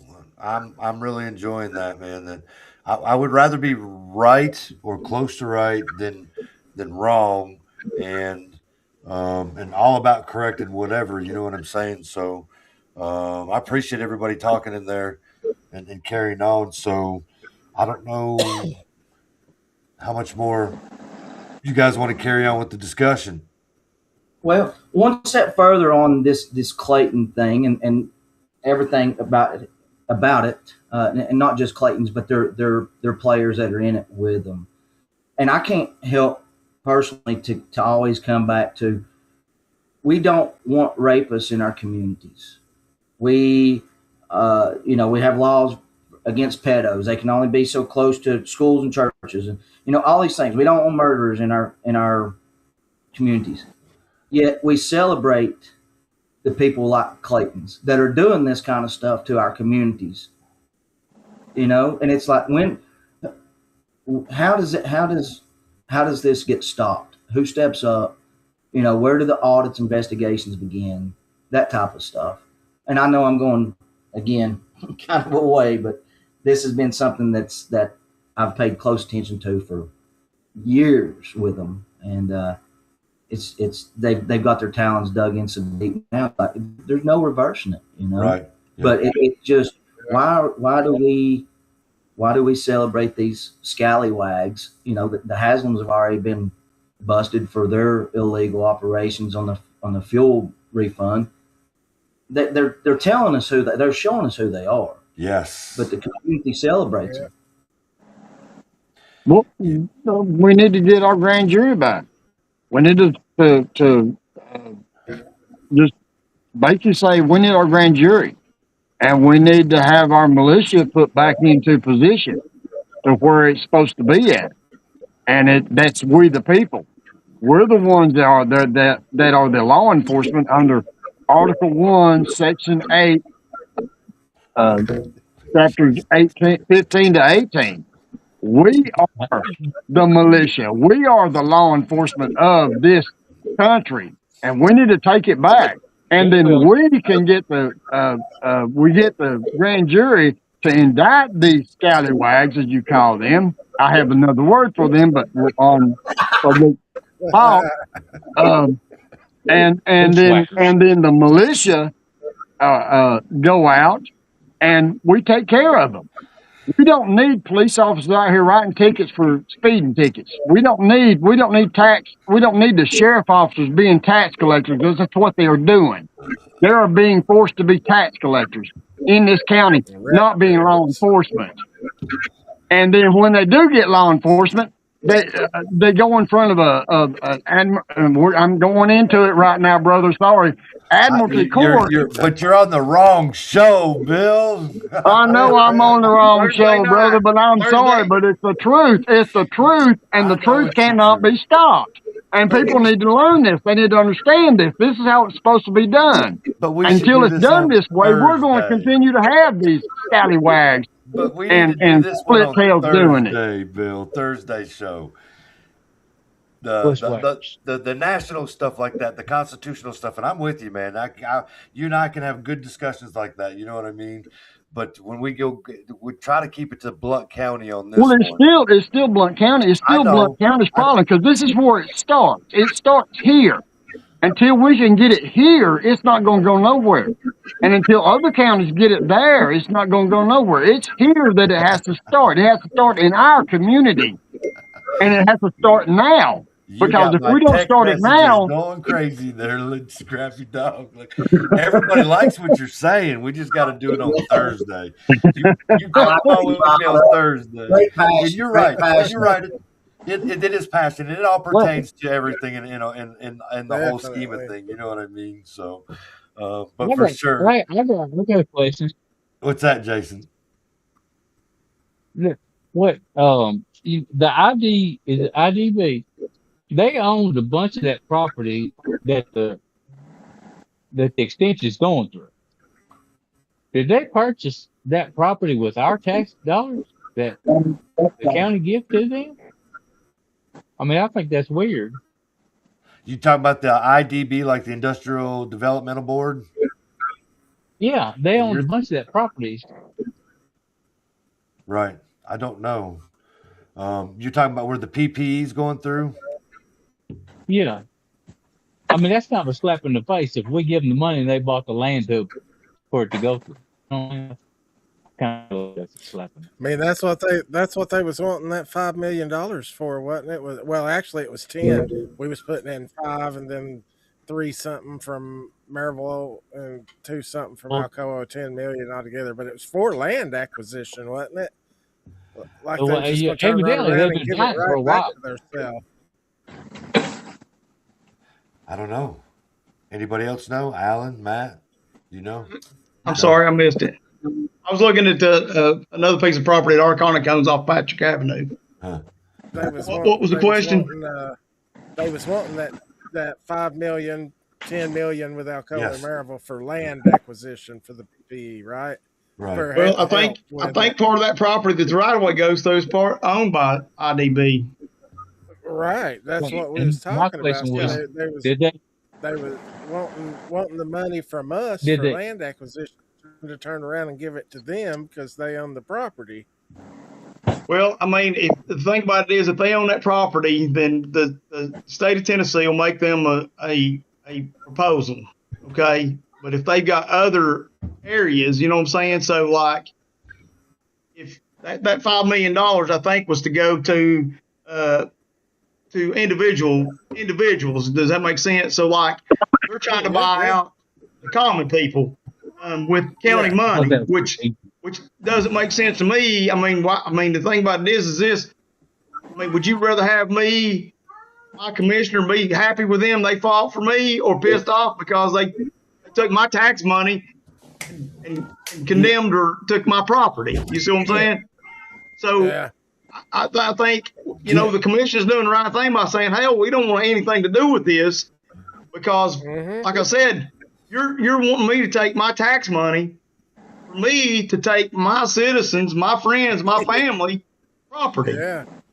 If that's something they want to do, man, do you want your hands clear of that? Let the state deal with that. Absolutely. No, I don't want my commissioner or any of my commissioners in Rockford, you know, to be spending my money to take my friends or family's property. You know, that's all we have to do is to look at what Blount Memorial Hospital did. Yeah. How much property did the Blount Memorial Hospital buy? And how much money did Blount Memorial Hospital get from selling it to this new company?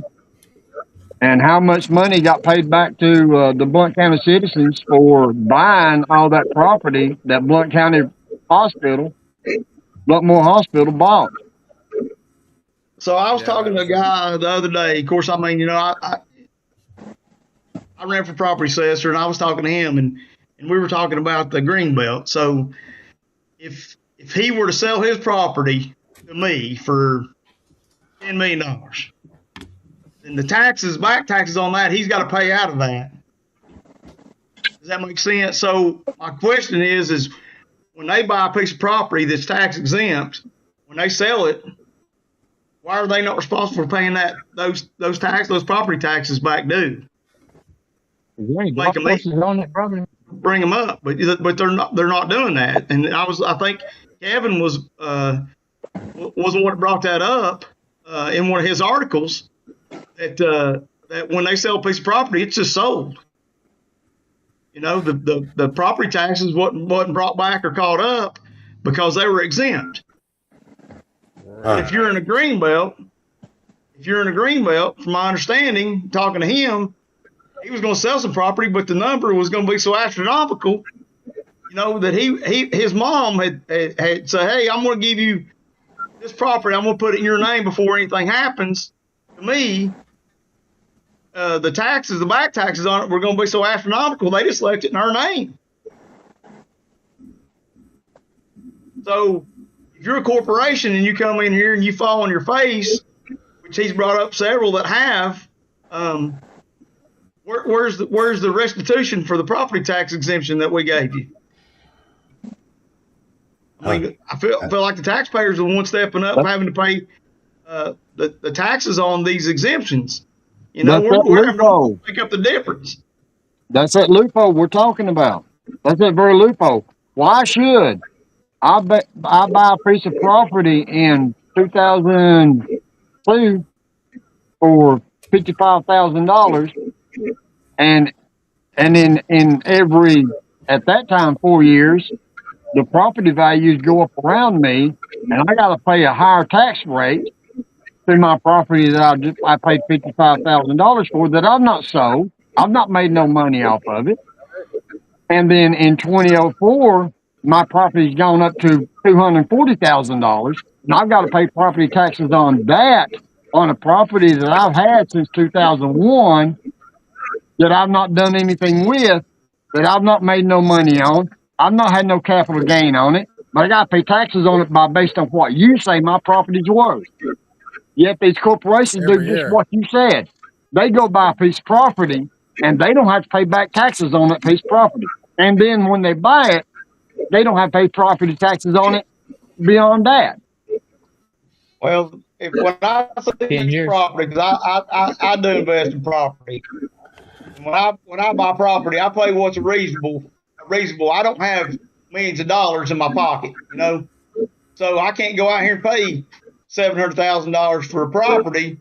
It's only worth $300,000, and so you want to tax me or raise my property value because somebody came in here with a pocket load of cash and said, "Hey, man, they paid $600,000 for that property." Well, hell, I'm not them. I wouldn't have paid that for it. You wouldn't have paid that for it. You know, anybody reasonable and prudent wouldn't have paid that. But when you got a pocket full of cash, the sky's the limit. Yep. That's just it. That's the point. I mean, why should the property, the people who've lived in this county, who've been in this county, who stayed in this county, who held their property, kept their property up, but they're the ones who are being taxed out of their property because they can't afford the property taxes because Joe Blow from New York come down here, sold his property for $2.5 million, come down here and bought the same house for $450,000. Yet I bought my house 20 years ago for $40,000. Yeah. Yet I'm paying the same property taxes that he's paying on his $450,000 house, on my house that I don't understand it. I've not sold my property. If I sell my property, yeah, that's sales tax. But we're being accosted with capital gain taxes on gain that we don't have never gotten. Yeah, but you're rich, William, so you should be able to pay it. Yeah, okay. Yeah, I am rich. I take that. I am rich. But it ain't in my wallet. The richness like I said, with everything that went on, and I'm gonna leave y'all with this. With everything that went on in 2 years from now, when it's time to elect a new property assessor, all this will be forgotten, and they'll be kissing ass that he's the best thing since sliced bread. Mark it down. Oh, I guarantee you, that's a problem. That's why they do what they do. They understand that the American public has a memory like a goldfish. They can't remember from their last meal what happened before that last meal came. Right. And that's our problem. You know what? Davey, I love y'all. Same thing. Are you getting off, Alan? Yeah, I'm gonna get out of here. I love y'all, man. I appreciate the time.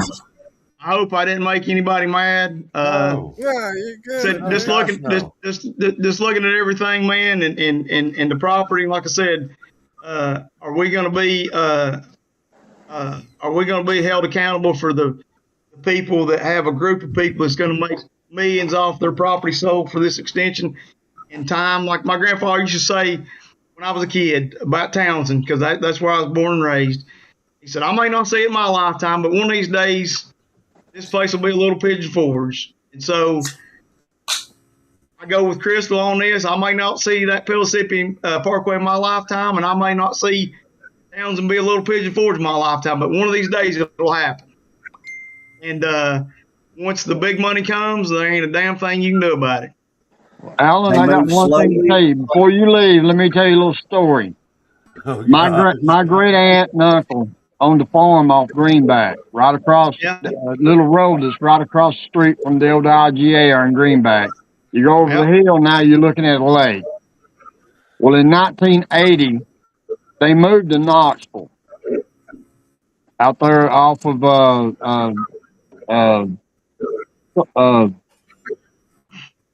what's that road? Out there in where they put the Woods Fair.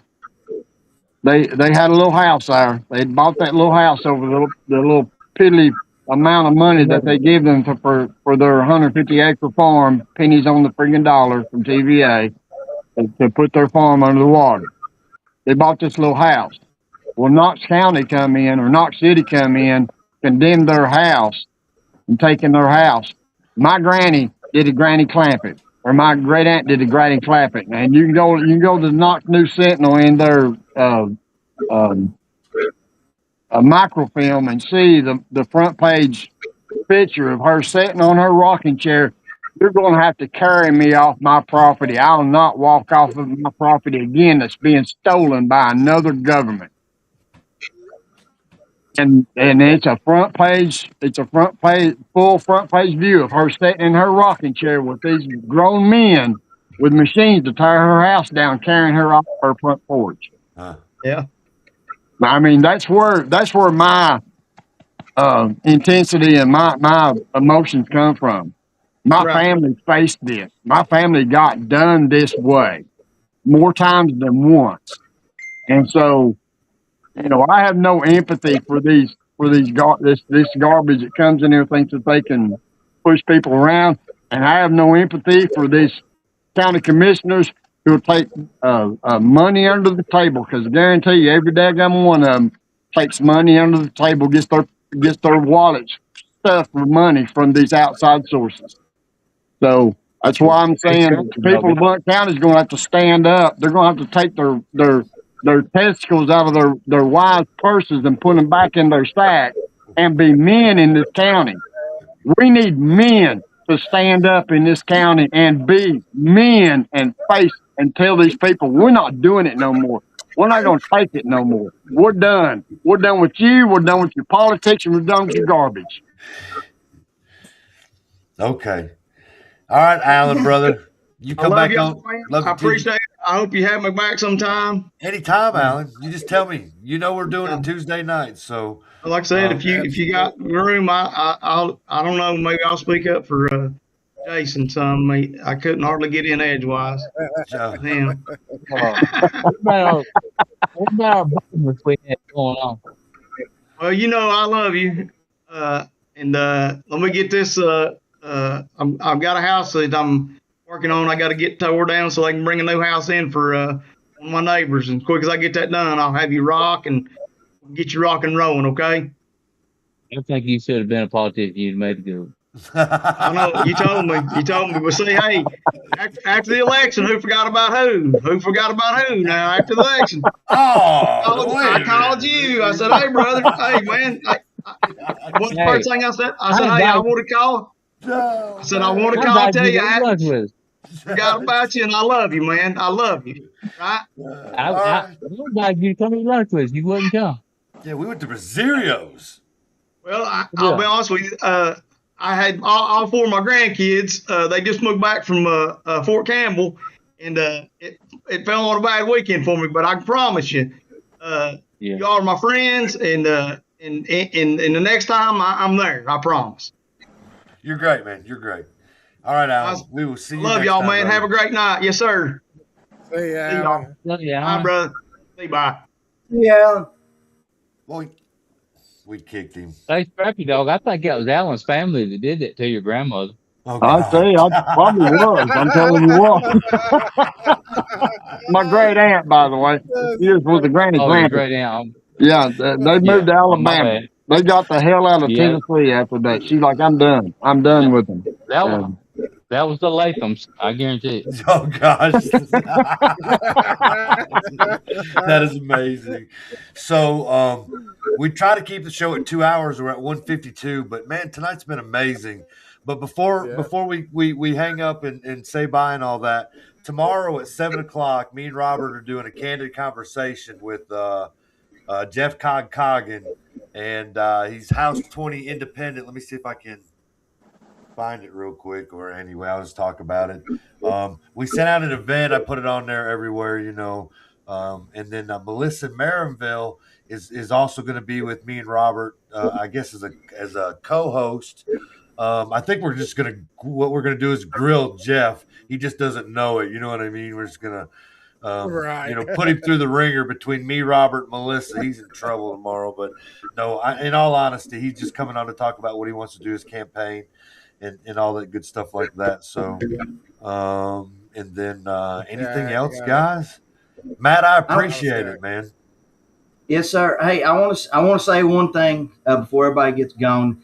First of all, it's been on my mind to reach out to several of y'all that have run for public office during this primary. You all ran noble races, did excellent jobs, put forth some excellent information, and I'm like, man, I want to pick brains from them. And so that being said, to see all of you in the chat, I'm like, whoa, here they all are. So I've been talking to Robert and Brian a little bit about some developments going on in my life and the background, and so since y'all are here, I thought, well, might as well break the ice. But I went and signed this paperwork today down at the courthouse. I don't know if y'all can see that or not. Anyways, what that is I am going to throw my hat in the ring for Blount County Highway Superintendent. That being said, it's going to be a challenge. I'm technically qualified, but for this packet and all the legal jargon and the catchy words, I can be disqualified. I have spoken to the chairman of the highway superintendents with the state, told him my background and whatnot. And so I asked him, I said, should I move forward with this? And he said, sure, go ahead, but do not perjure yourself. And I won't, but I just strongly feel, and this is not being boastful or anything like that, my qualifications exceed the opponents, and which we as a county need to be pulling his information. There's a couple different ways of pulling his qualifications and what paperwork has been submitted to the state that shows his qualifications on this. I am going to run the race for various reasons. First of all, because I love my county. I love the people of the county. There's no I've been all around this country. There's no place like this. Second of all, no incumbent should run unopposed. But then also just knowing that he was appointed into a position where you're supposed to have some considerable qualifications, I'm going to make him scramble to get some yard signs out. And my whole effort, I know it sounds crazy, but this is just how I operate. I'm going to do mine 100% online because it's free. It's an excellent resource. And I think we can get the word out that we have options. And so wanted to run that by y'all. And if any of y'all want to contact me, feel free to send me a message in private messenger, however you want to get a hold of me. And so, but anyways, thank y'all, all of you, for loving our county to where y'all step up to put your faces out there, put your voices out there, and getting this ball rolling on standing up against all this craziness that has become Blount County. Hell yeah. Yeah, hell yeah. We Yeah. appreciate you too, Matt. Y'all heard So it here we shall first. see. You hear that? Matt, Well, Matt is in the ring. It is on now. Just keep that passion, brother. Let that Yes, passion sir. run. Don't be afraid. Don't piss them Yes, off. sir. Piss them off all you can, because the more you piss them off, the more stupid they're going to act. And the more stupid they act, the more they show who they really are. And when you get their real face out there, then people can see, oh, wait a minute, what we got here? That's how you do it. Don't play the game. Don't play this little candy. Be bold. Be bold Right, exactly. and show. Like I said, put your testicles back in the sack and be the man that God has meant us to be. We are to be the men in this community, and we need more men in this community, and we need to let the little pansies go hide in the corner where they have been hiding, and taking on letting the puppeteers put their hands up their ass and make their mouths move. Right.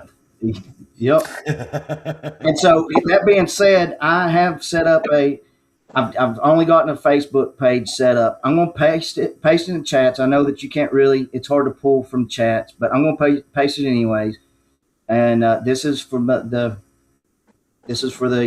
effort, the campaign effort. So, but anyways, like I said, yes, that's to your point, Scrappy Dog. We have to start standing up and put them balls out there. So, guys, we got a couple comments that came from YouTube. You believe that? We got Tom Thumb 1776.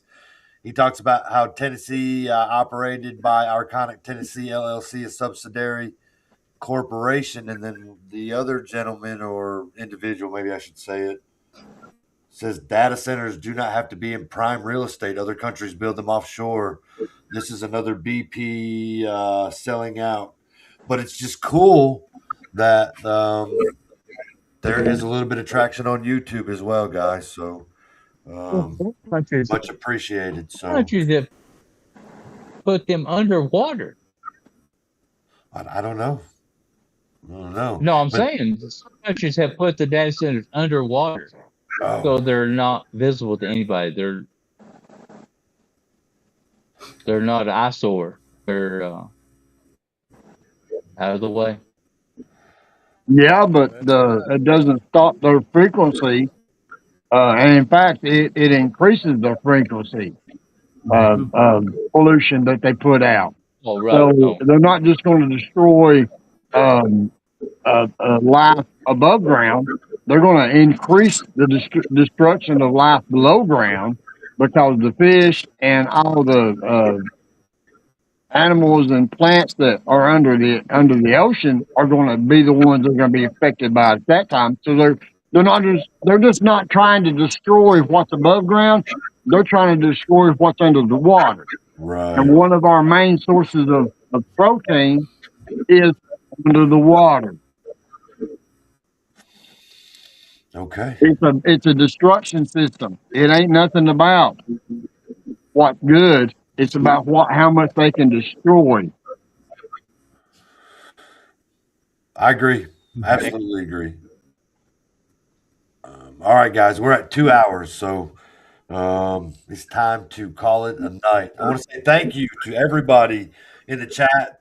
Thank you, all the guests, Scrappy Dog, Matt, Alan, everybody that came on the chat, that kind of thing. I will say this. Woody brought up the fact that the intros are long. It's done that way for a reason. You start the intros 6-7 minutes long. It sends out a notification to other people that haven't yet realized that we're on.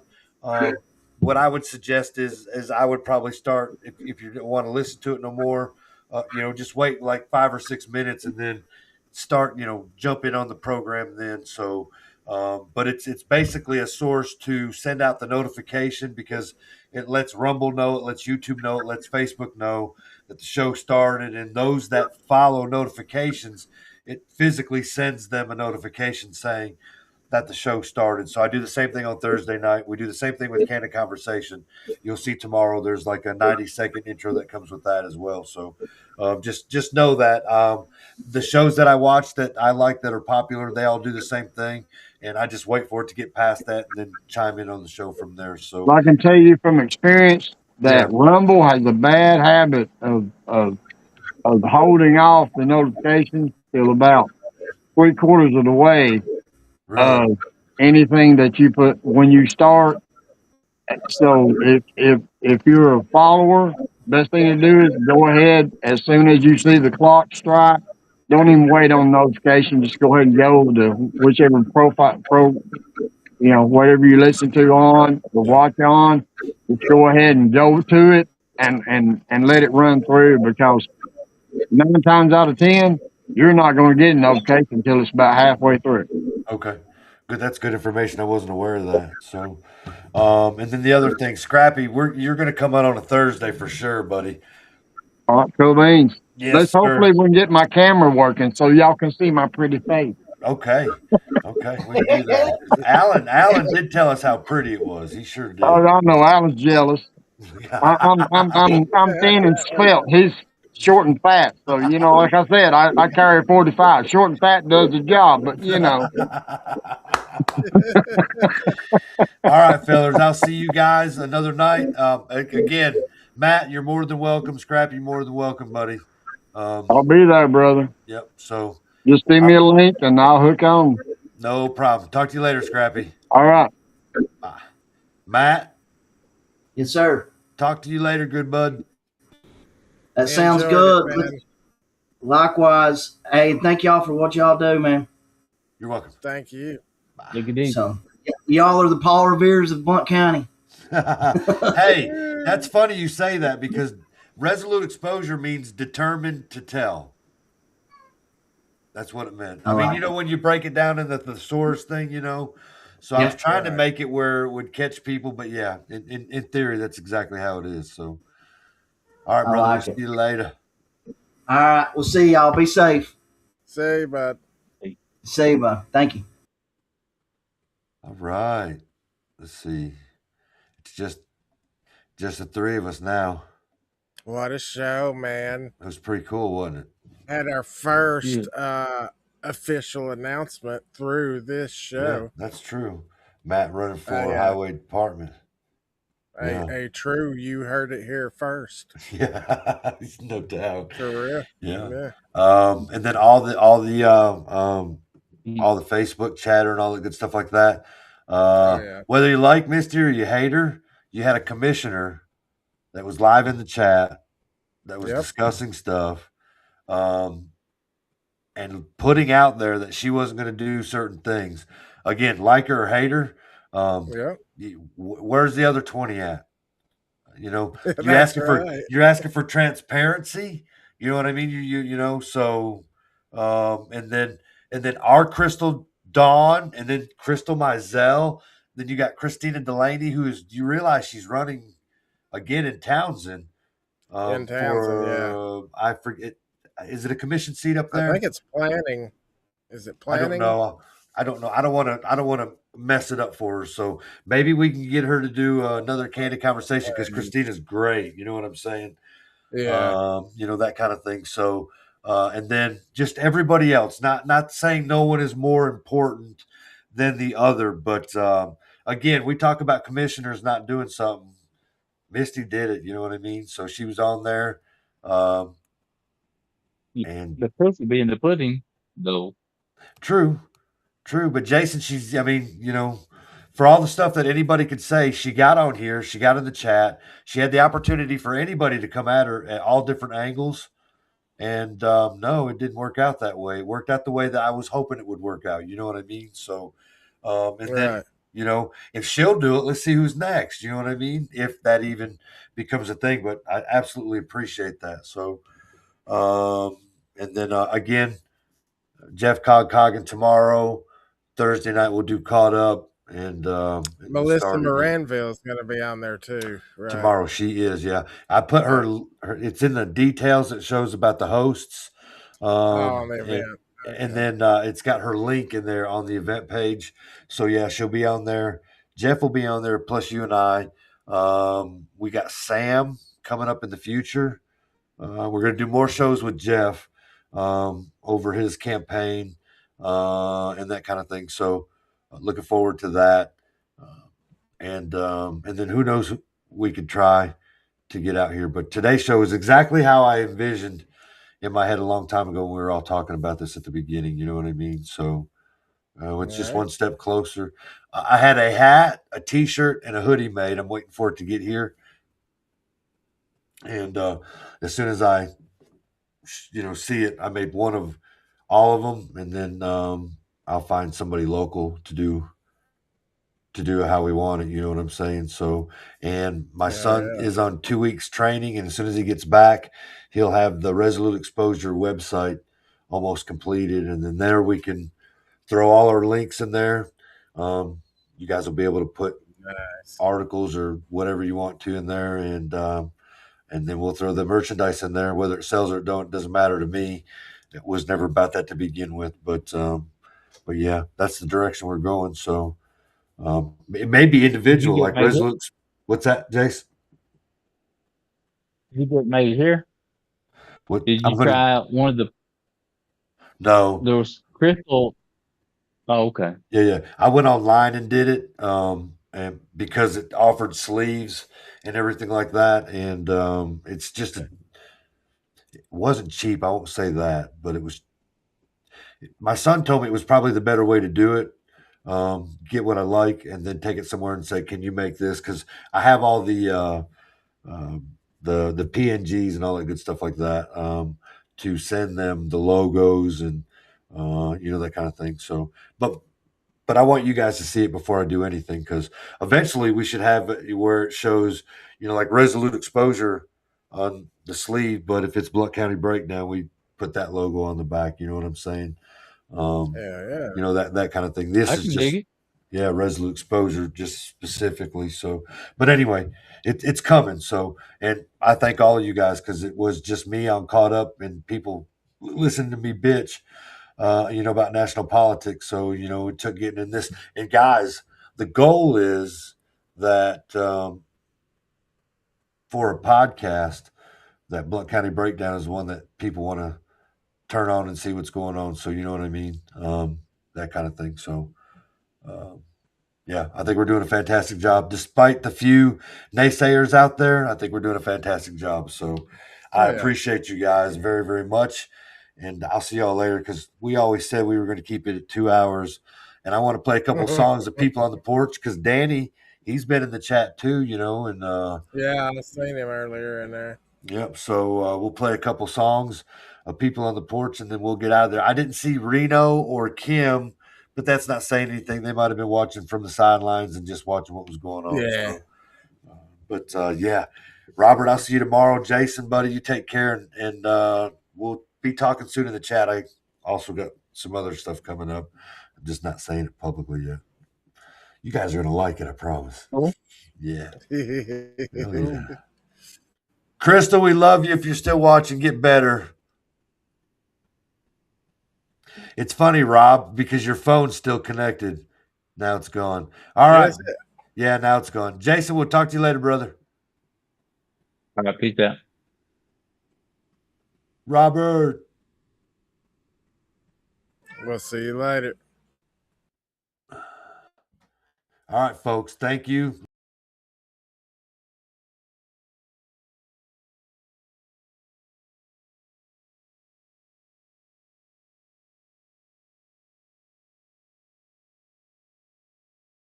My heart, pumping all day long. Get me the morning when darkness comes. My heart, ooh.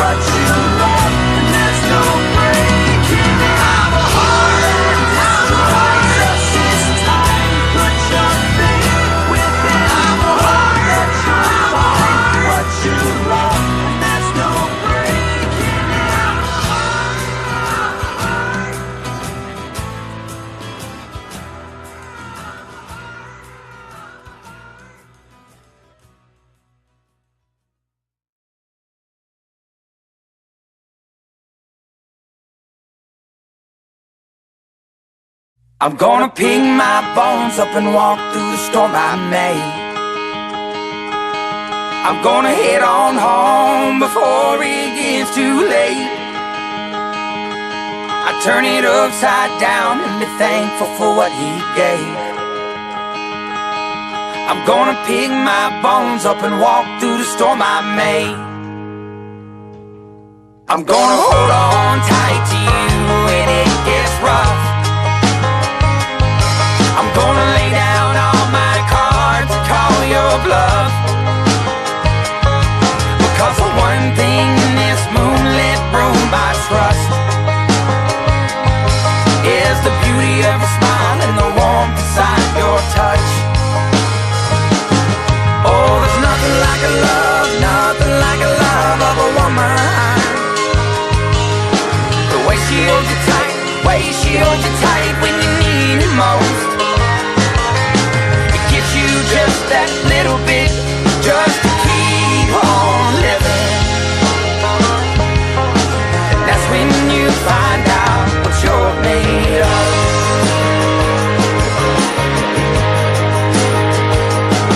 I'm gonna pick my bones up and walk through the storm I made.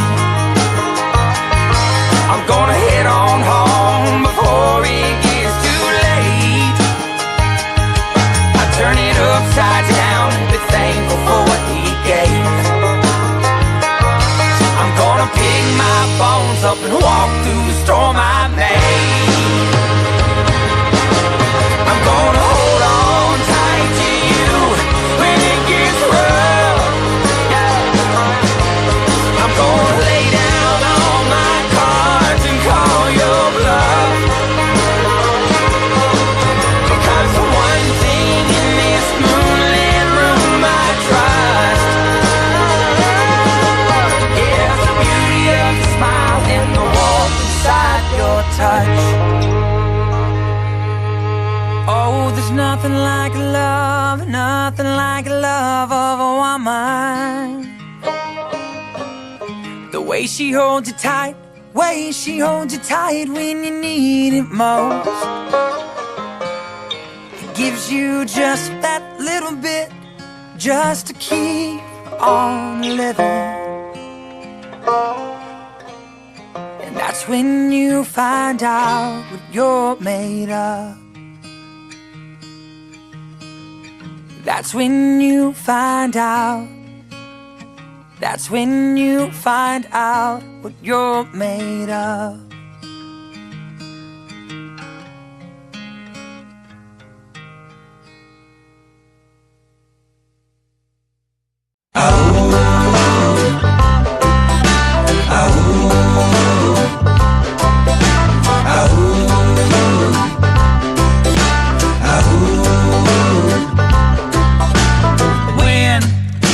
Is always at my back. My back is always strapped with these things that I call my own. Life, it isn't always grand, but when you finally take that stand, you become a man. You needed to become.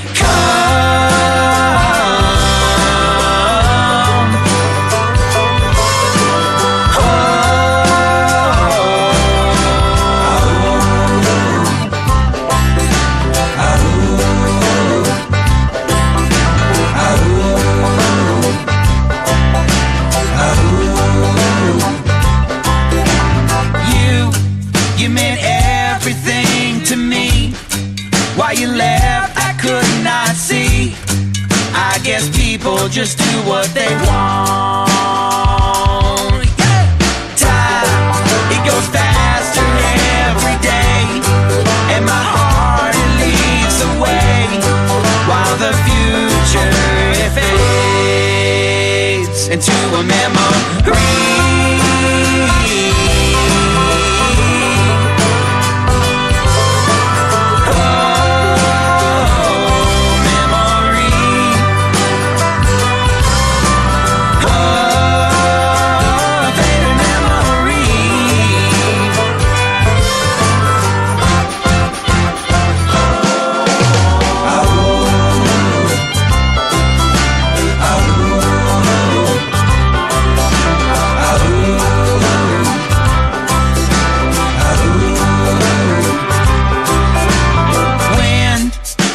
is always at my back.